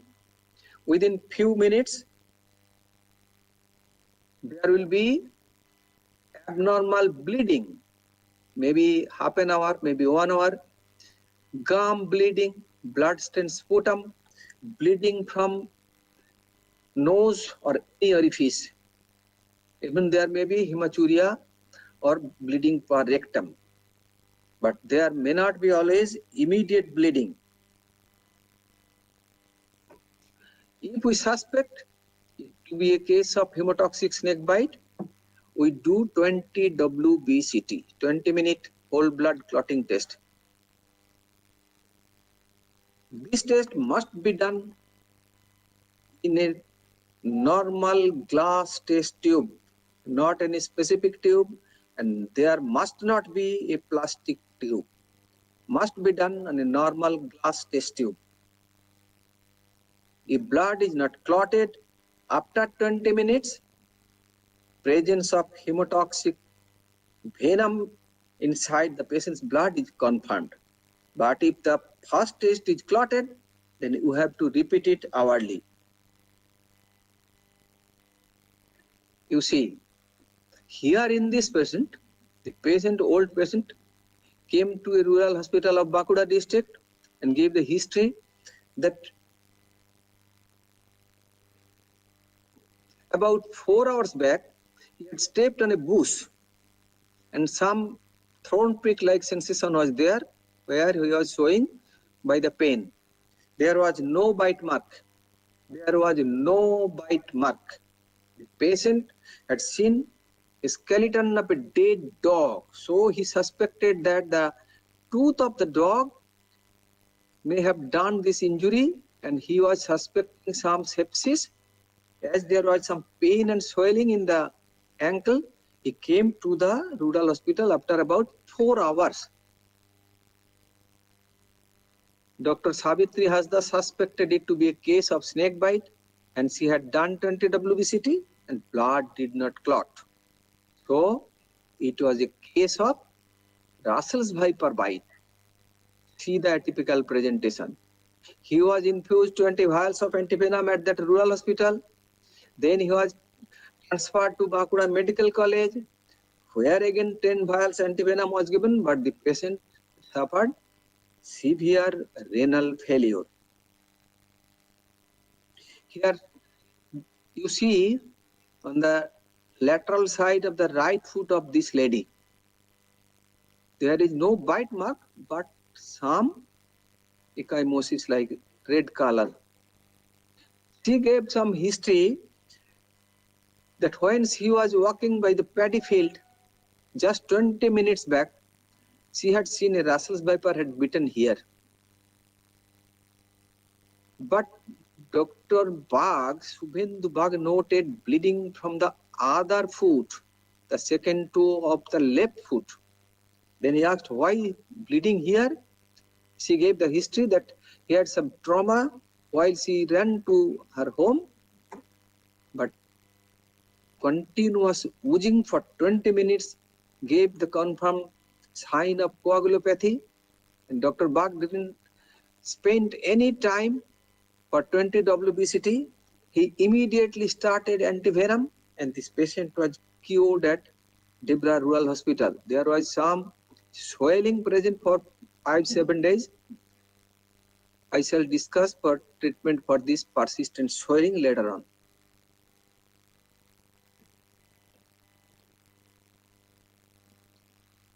You see, this young boy, can you see some subconjunctival hemorrhage here? A 19-year boy, he was working in a canal, in a chest deep water. He was clearing water weeds in a canal. Some insect-like bite was there, insect sting-like sensation on the front of left side of his chest. He ignored. He completed his work. He went home. He took his lunch and slept for 4 hours. After 4 hours, he vomited and complained of severe weakness. The rural practitioner came and he suspected it to be something wrong, not an insect bite. Sent the patient to Horipal Rural Hospital. Doctor suspected it to be a case of snake bite. They had done 20 WBCT. Blood was not clotting. So, Russell's viper bite was confirmed. He was infused 20 vials of antivenom there and referred to Kolkata. He was admitted there at Raghunath Pandit Hospital for more than 2 weeks. He developed renal failure, but luckily survived after multiple hemodialysis. You see, here, one 12-year, 5 months girl came to National Medical College in the morning, and I was on duty. She gave the history of some snake wrapping on her ankle and bitten here. You see definite 2 bite marks and bleeding from 2 bite marks. She had one ligature here, but no pain, no swelling. I had admitted her at National Medical College. Our juniors, our PGTs had done repeated 20 WBCT till night. Blood always was clotted and there was no sign of any neurotoxicity. So it was a case of dry bite. 2 classical bite marks with bleeding may not be a case of envenomation. If you just look towards the bite marks and infuse antivenom, it will be misuse of antivenom and there will be chance of antivenom reaction also.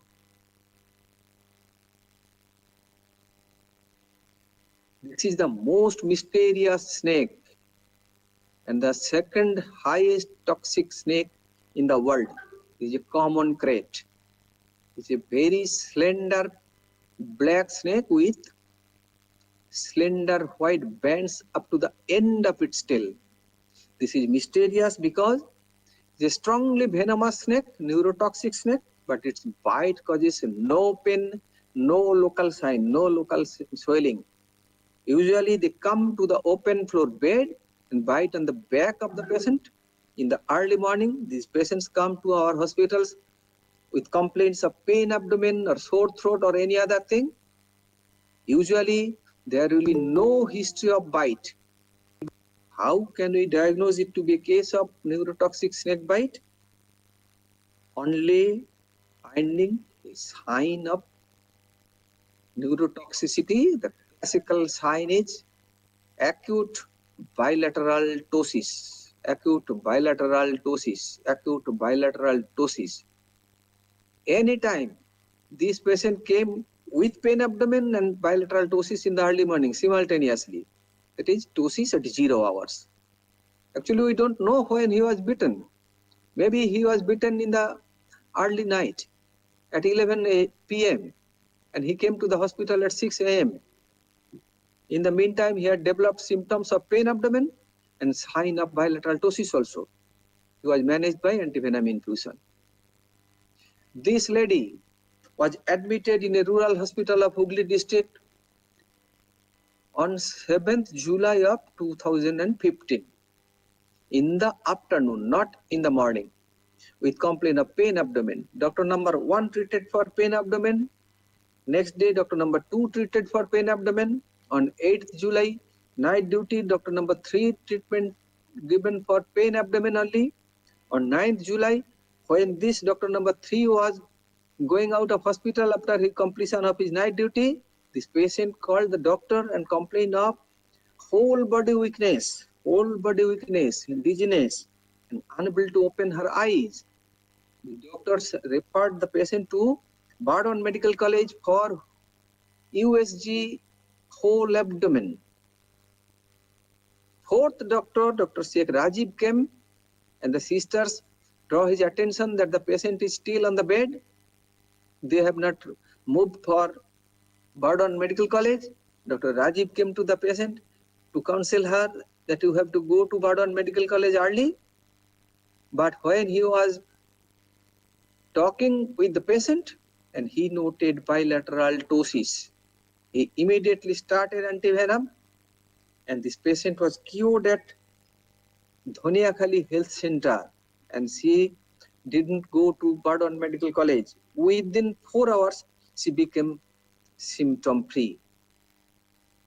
And this is a classical case of overthinking and hyperactivity by our learned physicians. This patient came to our National Medical College in the early morning, not early morning, at about 11:30 of one day. This patient was tossing on the floor on the stretcher of the ambulance. There was no bed vacant. The patient was kept on the floor. And when I saw this patient, I had asked what is the complaint. They gave me the refer letter. And the diagnosis was written as Guillain-Barré syndrome. The patient was tossing on the stretcher. One fluid was running on his left hand, and his wife was fixing his hand because he was throwing his hand and leg. I had some doubt about Guillain-Barré syndrome. There will be paralysis of the legs first, but the patient was throwing his legs. But I saw his eyes and there was bilateral ptosis. But when I had asked them whether he has any history of any bite, the patient party strongly denied any history of any bite. There was no history of floor bed. The patient slept inside mosquito net on a cot. So there was definitely doubt of any snake bite. But I had admitted the patient and written on the emergency ticket, neurotoxic snake bite and urgent admission for ITU. They came after 5 minutes with the computerized ticket and gave it to the another doctor who was sitting there to write the injury reports, medical legal case reports. Snake bites are always medical legal cases. For snake bites, we must write an injury report, the medical legal case report. This doctor asked them which snake has bitten. They strongly denied. Then he suspected that the ticket was of an other patient. The wrong ticket was brought from the counter. He asked his name. What is his name? Yes, same name. Age is same. Then this doctor turned to me and he asked me, why you have written it to be a case of neurotoxic snake bite, Dada? Then I turned to him and told him, quickly send the patient to ITU. It's a case of common crate bite. The patient will need ventilatory support very early. Then he asked what to write. I had told him just write that bilateral ptosis is there and no history of bite, but the patient is having respiratory distress, so it's a suspected case of neurotoxic snake bite. When we are discussing, the patient party thought that these two doctors are debating and they may cancel his admission. Then the patient party turned to me and told me that he was not bitten by a snake, but when we had asked him, he was telling that yesterday morning at about 10 a.m., when he was plucking cucumber in the garden, he had stepped over a black snake in the grasses. Just imagine how mysterious this snake is. It had bitten in the open daylight to an adult patient, but he has totally ignored it. He didn't disclose it to his relatives. He complained of sore throat and difficulty in drinking water at 2 a.m. He was bitten at 10 a.m. the previous day. And he, after 16 hours, complained of sore throat and difficulty in swallowing water. Then he was taken to a subdivision hospital. The doctor suspected it to be something wrong, very big disease. They had done CT scan and diagnosed it to be a case of Guillain-Barré syndrome and transferred the patient to a medical college. If small doctors like me didn't suspect a neurotoxic snake bite looking towards the eyes, the patient could die in the emergency. You see how we face problems in the small hospitals, in the rural hospitals with these common crate bite cases. Here you see late Bengali newspaper report. Who can read Bengali, they can read it, that the report is on Sangbad Pratidin, page 3. Here they have written that no antivenom was given and the young girl has died. What was the history? This 14-year-old girl came to Dhaniakhali, Dhannokuria rural hospital in the early morning in collapsed condition. What was the history? Patient party gave a history that she had passed loose stool just for a single time. Just single loose stool cannot give so much of weakness that the young girl will collapse. The doctor noted bilateral ptosis. He told them that it is a case of neurotoxic snake bite, but they strongly denied. They refused for antivenom treatment. We had tried for 3 hours. This doctor called me over the mobile phone, and I had advised them over the mobile phone by loudspeaker. Then I had informed the deputy CMH2 of that health district. He tried to convince them, but they denied, and they had given written declaration that no snake bite treatment will be given. They had taken DORB and they were moving to a higher hospital, and this girl died on the way. And this is another Bengali page. একটি ঘটনা, one incident of snake bite, printed in a booklet of Government of West Bengal in 2016. What is the case history? Here also a 16-year-old young boy attended a rural hospital of Hooghly district.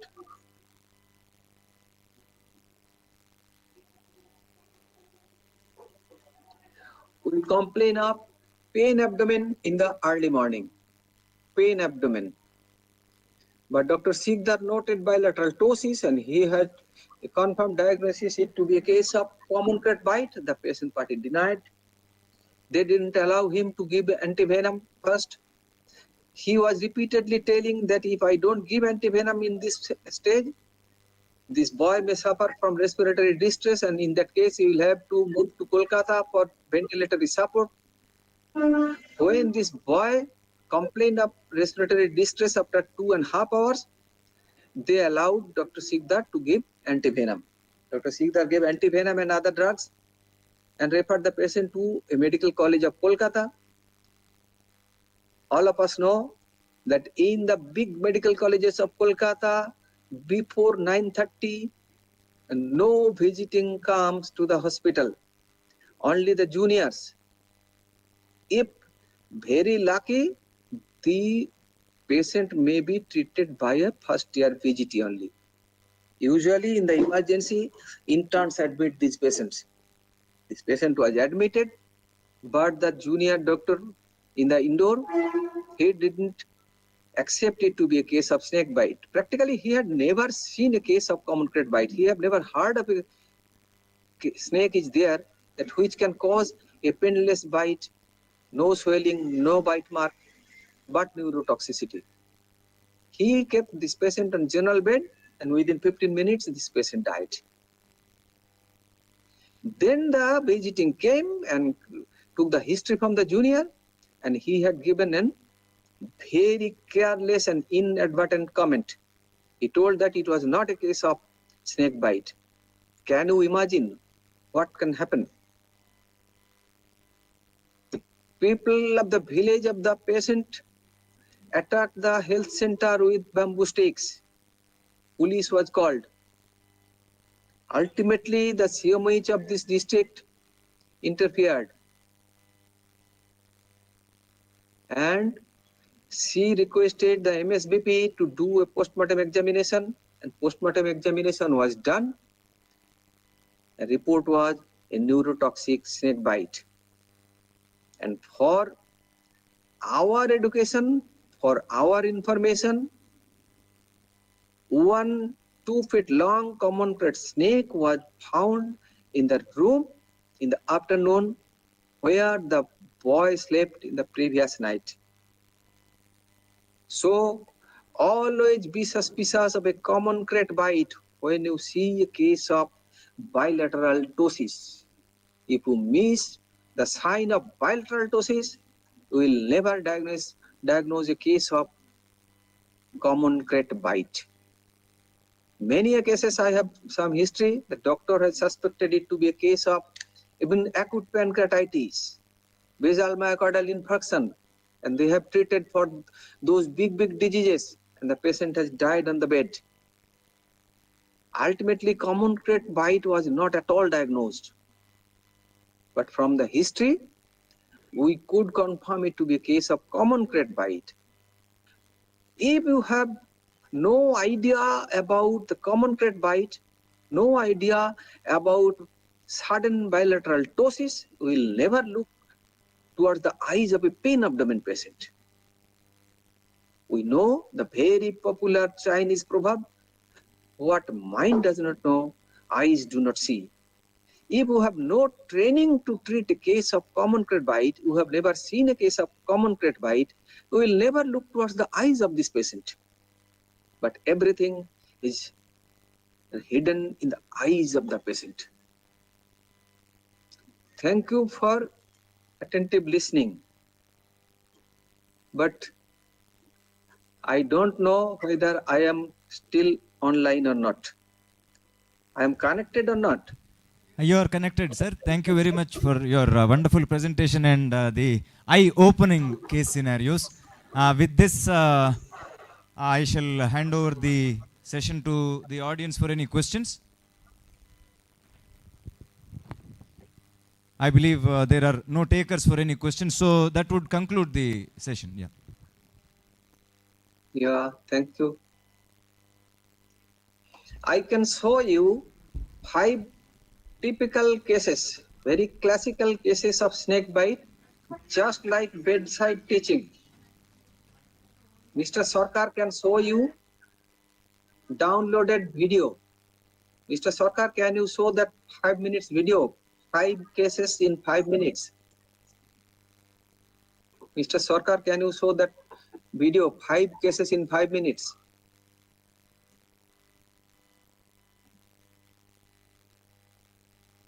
I had sent my video. Welcome everybody. Now we shall see 5 case presentations. First of all, see 2 common crate bite patients recorded by our colleagues in the rural hospitals. কি নাম? এখন কি অসুবিধা হচ্ছিল?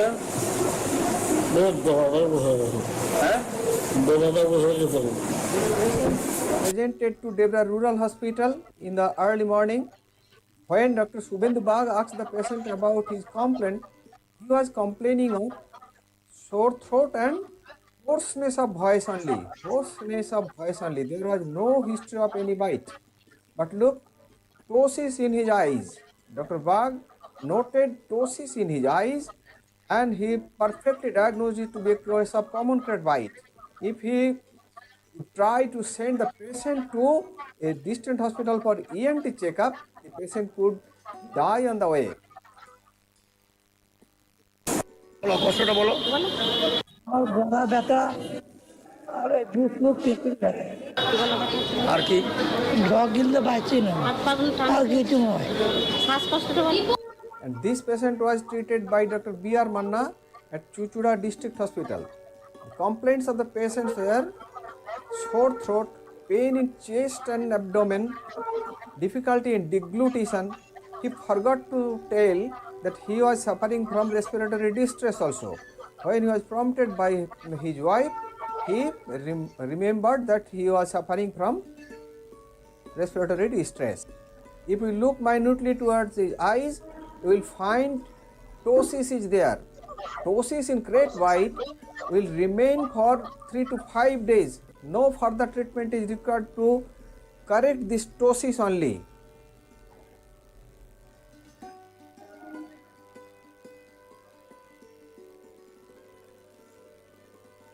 ভালো করে তাকাও। হ্যাঁ ভালো করে তাকাও। তাকাও তো মা, চেষ্টা করো। চেষ্টা করো মা, তাকাও। কিচ্ছু হবে না, তোমার ভালো হয়ে যাবে, তোমার চিন্তা করতে হবে না। মা ভালো করে তাকাও না, ভালো করে তাকাও।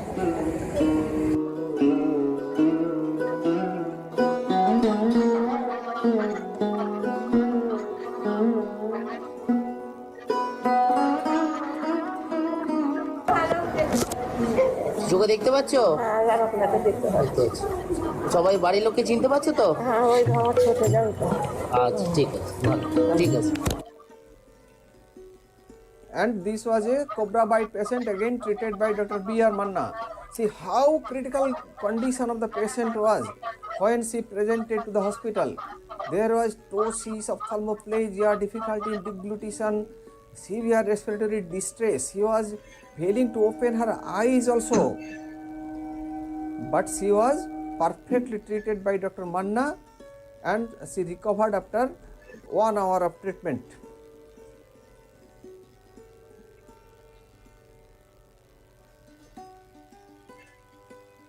This crate bite patient presented to Canning Subdivision Hospital and Dr. Samor Rai treated this patient. He was presenting with nasal intonation.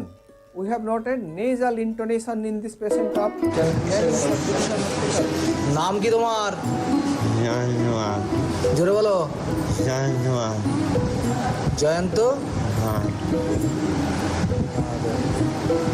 জিভ বের করো বড় করে। জিভ বার করো।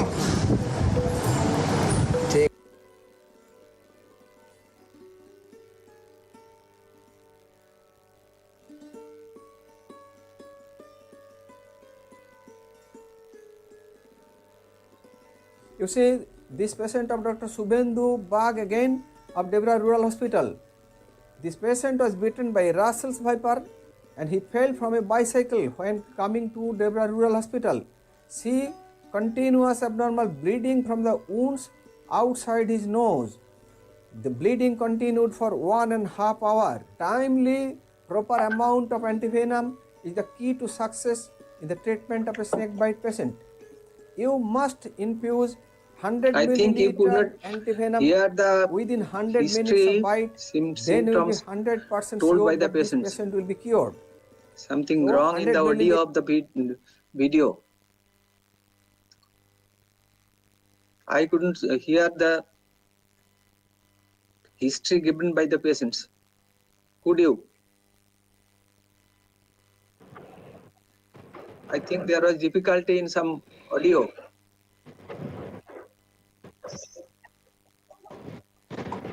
আমি তো সাউন্ড শুনতে পাইনি, আপনারা শুনতে পেয়েছেন কিনা আমি জানি না। না, আমরাও শুনতে পাইনি, আমরা সাউন্ড শুনতে পাইনি, শুধু ছবি একটু দেখলাম। ঠিক আছে, ছেড়ে দেন, এটা Dr. কোনো Dayal sir, প্রবলেম আছে। yeah, sorry to interrupt, but we could watch as well as hear all the videos that you just played. Mister সরকারের কাছে এটার লিংক আছে, ওনার কাছ থেকে নিয়ে নেবেন। এখানে 5টা কেস ডিসকাশন আছে, এগুলো আপনারা নিজেরা একটু দেখে নেবেন, ইউটিউবে সবগুলো পাবেন। Okay sir, thank you sir. সরকারের কাছে লিংক আছে, ওনার কাছ থেকে নিয়ে নেবেন। এবার কেস ডিসকাশনে আপনাদের যদি কোনো কোয়ারিজ থাকে বলুন। Is there any question? I cannot see the check box Yeah, here. there is one, I believe, in the end. The last.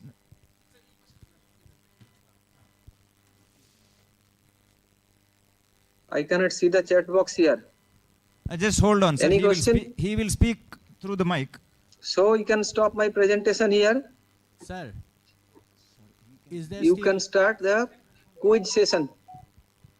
Sir, I had a question. Is there still any role of ligature? Professor Bhattacharya, please start the quiz session.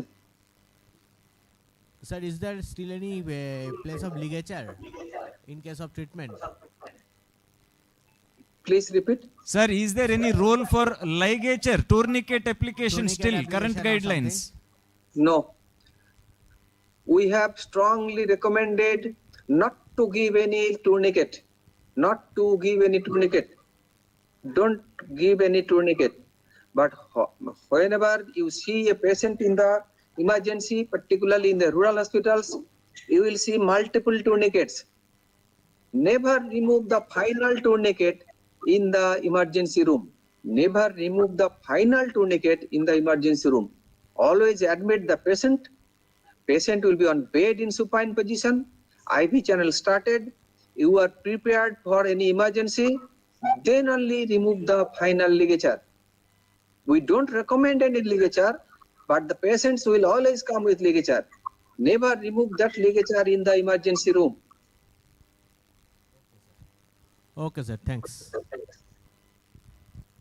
Thank you, sir.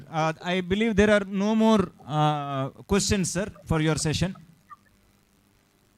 So we will now be concluding this session. Sir, once again, thank you very much. Thank you. Thank you. Thank you, Dr. Dayal Bandhu Majumdar, sir, for sharing your expertise with us. Now I would request our chairperson to felicitate on behalf of our speaker to Dr. Gautam Sarkar, sir.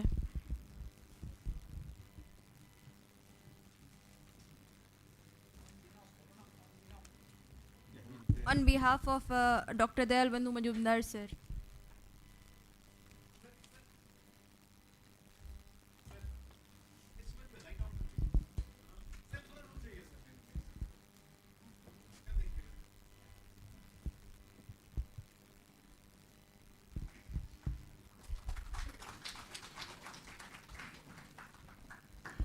Now I would request Dr. Kanchan Lata ma'am to felicitate our chairperson, sir.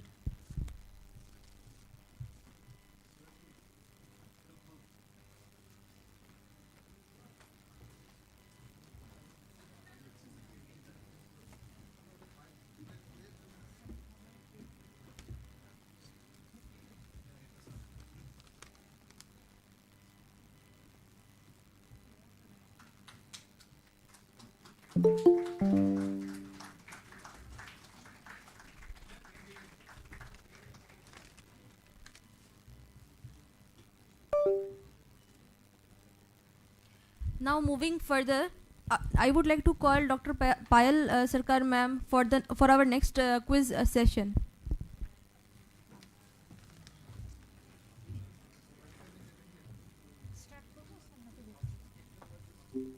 Okay, we shall start the quiz after 5 minutes.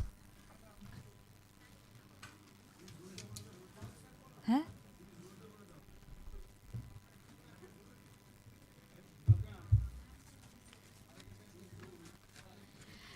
So,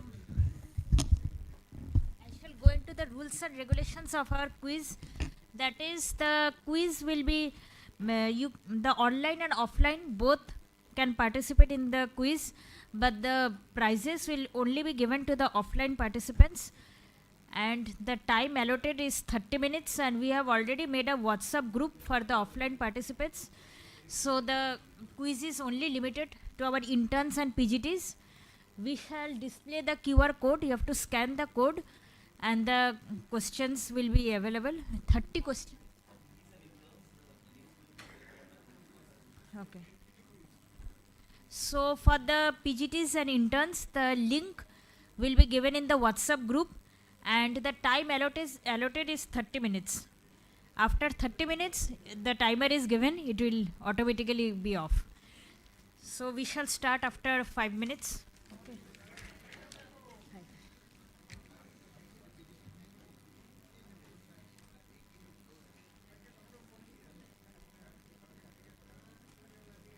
30 questions will be there, and the time allotted is 30 minutes. So 1 minute time for each question.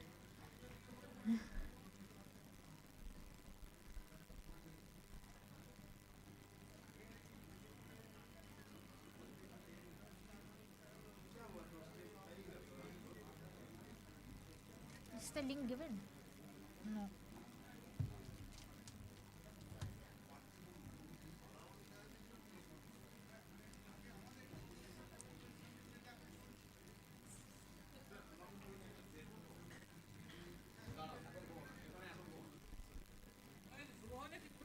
না start হয়নি।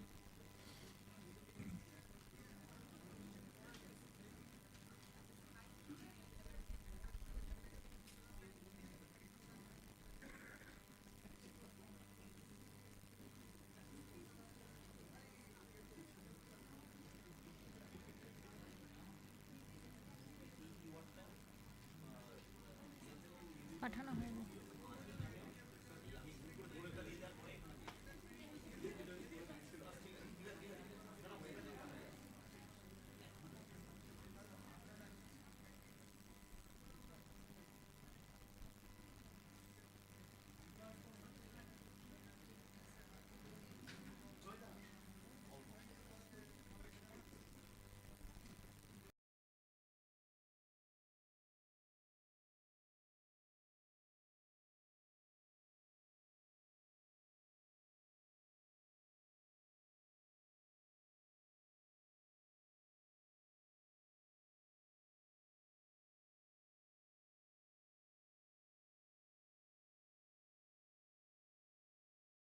So the QR code is already available in the WhatsApp group. You can scan it.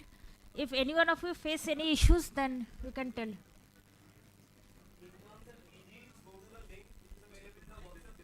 It is already available in the WhatsApp group.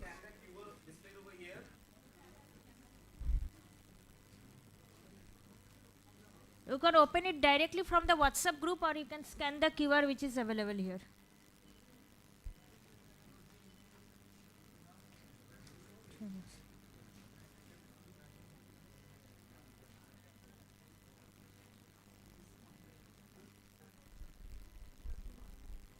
minutes, sir. Wait for a second.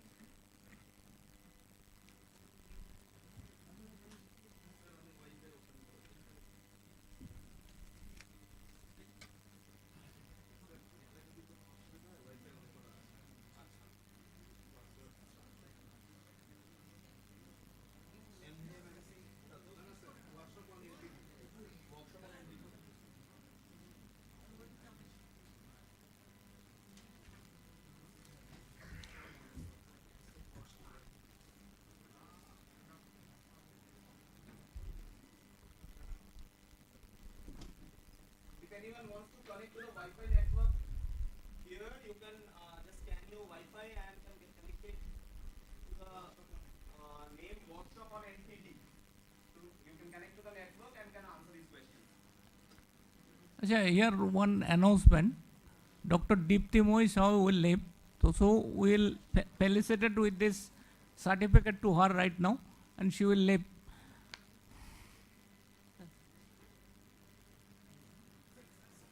একটা ছবি তুলে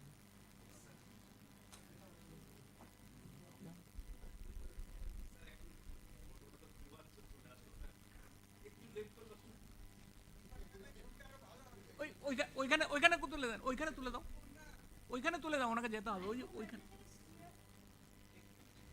ওইখানে তুলে দাও।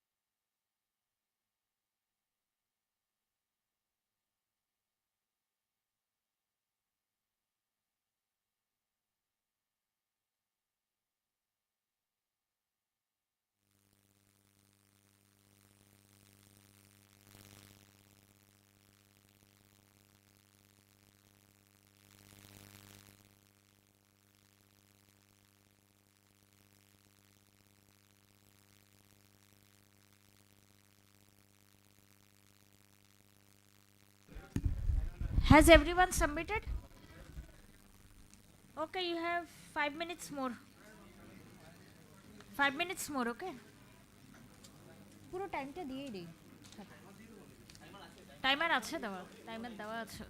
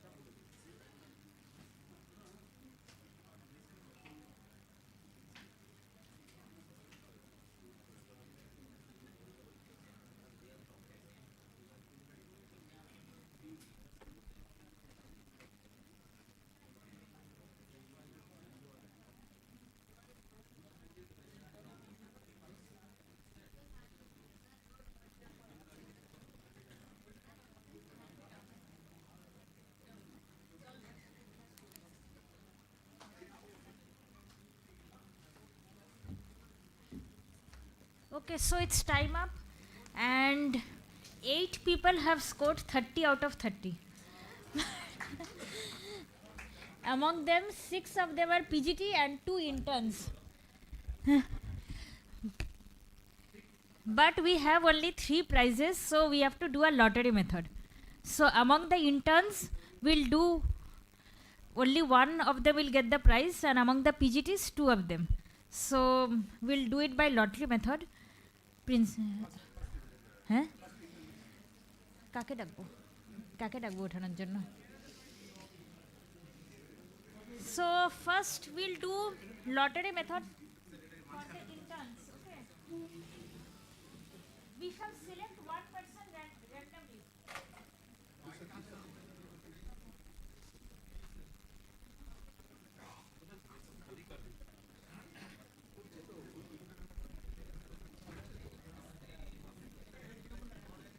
Randomly we are doing it by lottery method. This is for the interns.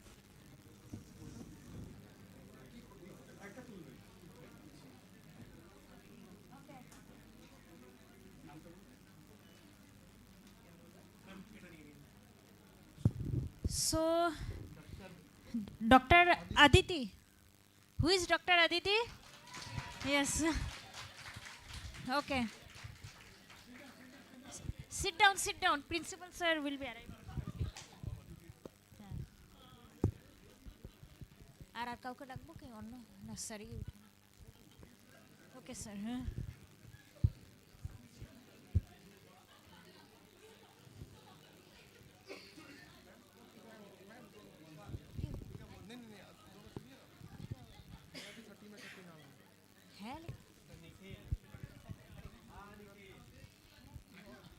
Dr. Nikhil among the PGTs, and one more. Let's see who is the lucky person. One more, the last.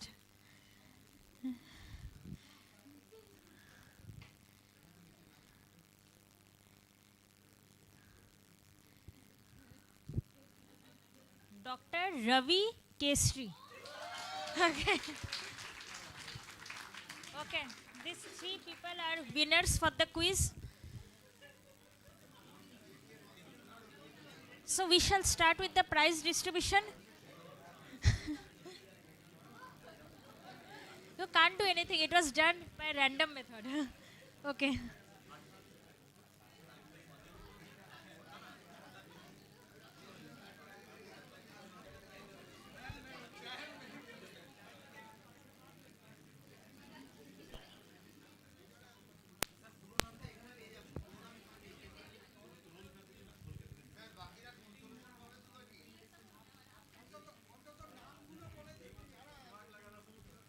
নামগুলো বলে দেবো কি?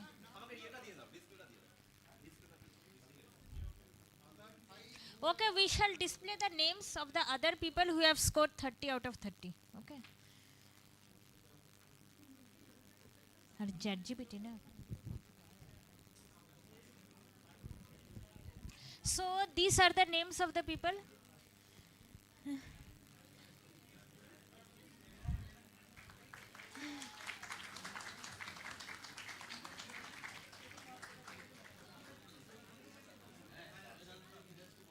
All have scored 30 out of 30, but unfortunately we have only 3 prizes, so we couldn't give prize to everyone.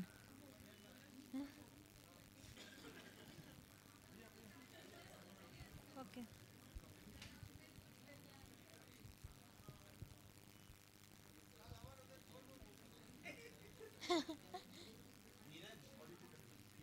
So Dr. Aditi, come.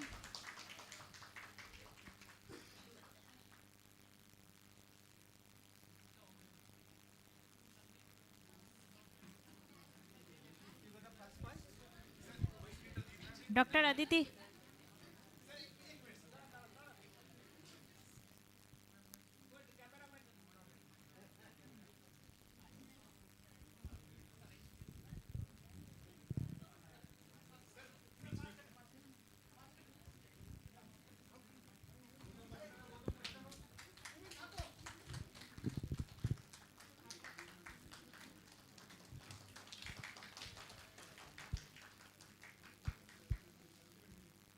Dr. Nikhil,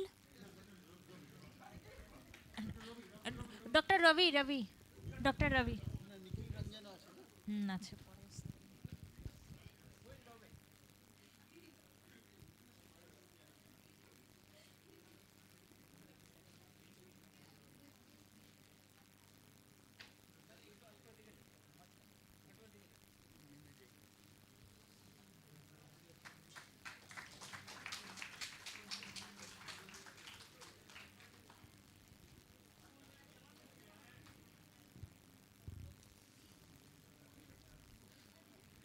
Dr. Nikhil.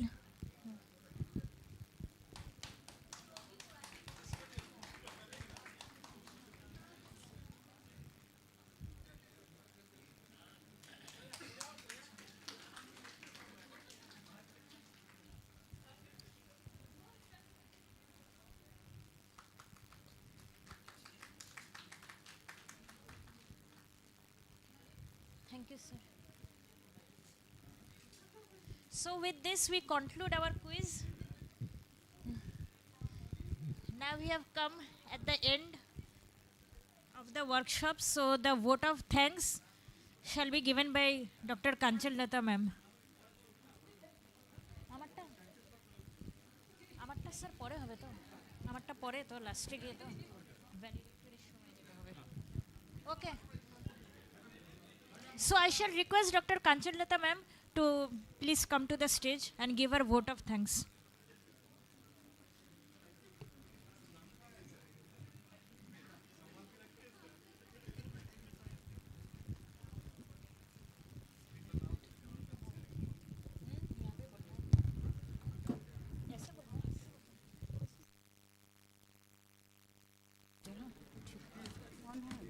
नहीं on कर दिया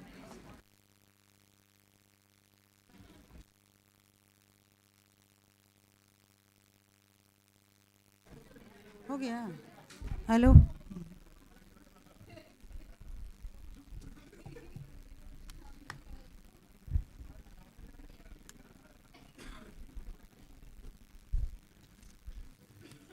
so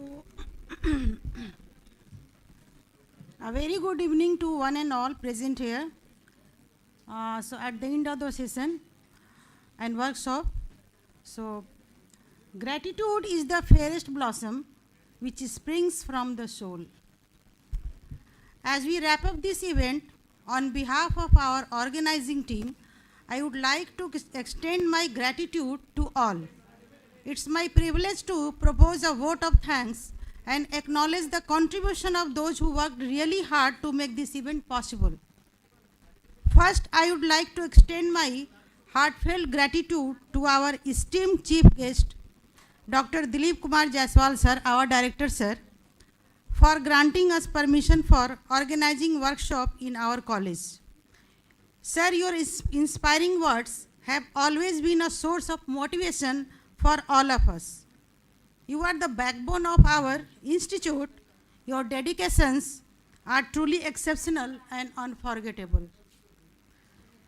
I would also like to give my sincere thanks to Dr. Sudipto Bose sir, our Vice Chancellor and founder of the university, for his endless dedication and effort for management of university.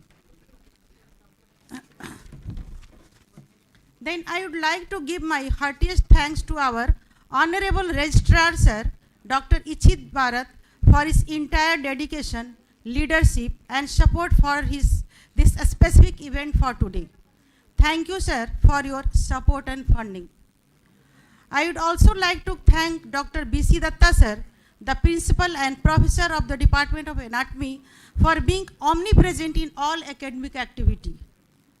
A heartfelt thanks to our Vice Principal Sir, Dr. A.D. Roy Sir, who is the HOD and Professor of the Pathology Department, for their valuable contribution and role in making the workshop successful and mentoring his guidance and positive impact.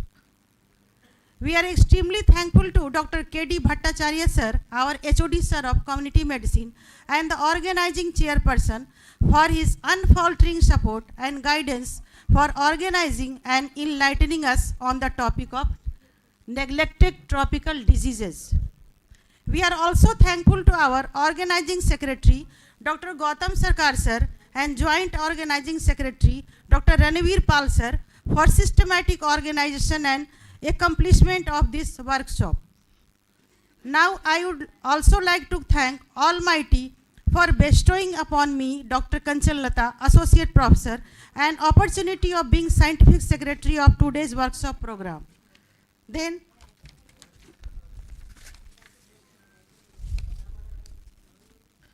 I would like to express gratitude for the guest speakers' valuable contribution to an event, acknowledging their expertise and insights to all of us. Initially, our thanks goes to first speaker, Dr. Pritam Roy sir, for giving us an overview of neglected tropical disease and role of medical colleges. Then we are thankful to Dr. K.D. Bhattacharya sir for his talk on epidemiology of rabies and National Rabies Control Program, which was an eye-opener for all of us. Thanks to our third speaker, Dr. Dipti Moi Sahu, for giving us an important information regarding molecular epidemiology and pathopharmacological characterization of rabies viral infection in animals in India. Thanks to our fourth speaker, Dr. Ranveer Pal sir, for delivering lecture on prevention of rabies, pre and post-exposure prophylaxis. Lastly, our thanks goes to fifth speaker, Dr. Dayal Bandhu Majumdar sir, for online discussion of snake bite management and national guidelines of it. Now, I would also like to extend my vote of thanks to Dr. Payal Sarkar, Assistant Professor of Community Medicine, organizing quiz competition.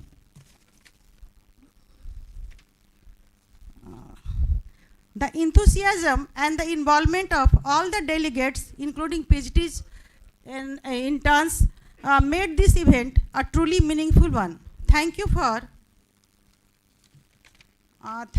your valuable participation to both online and offline participants.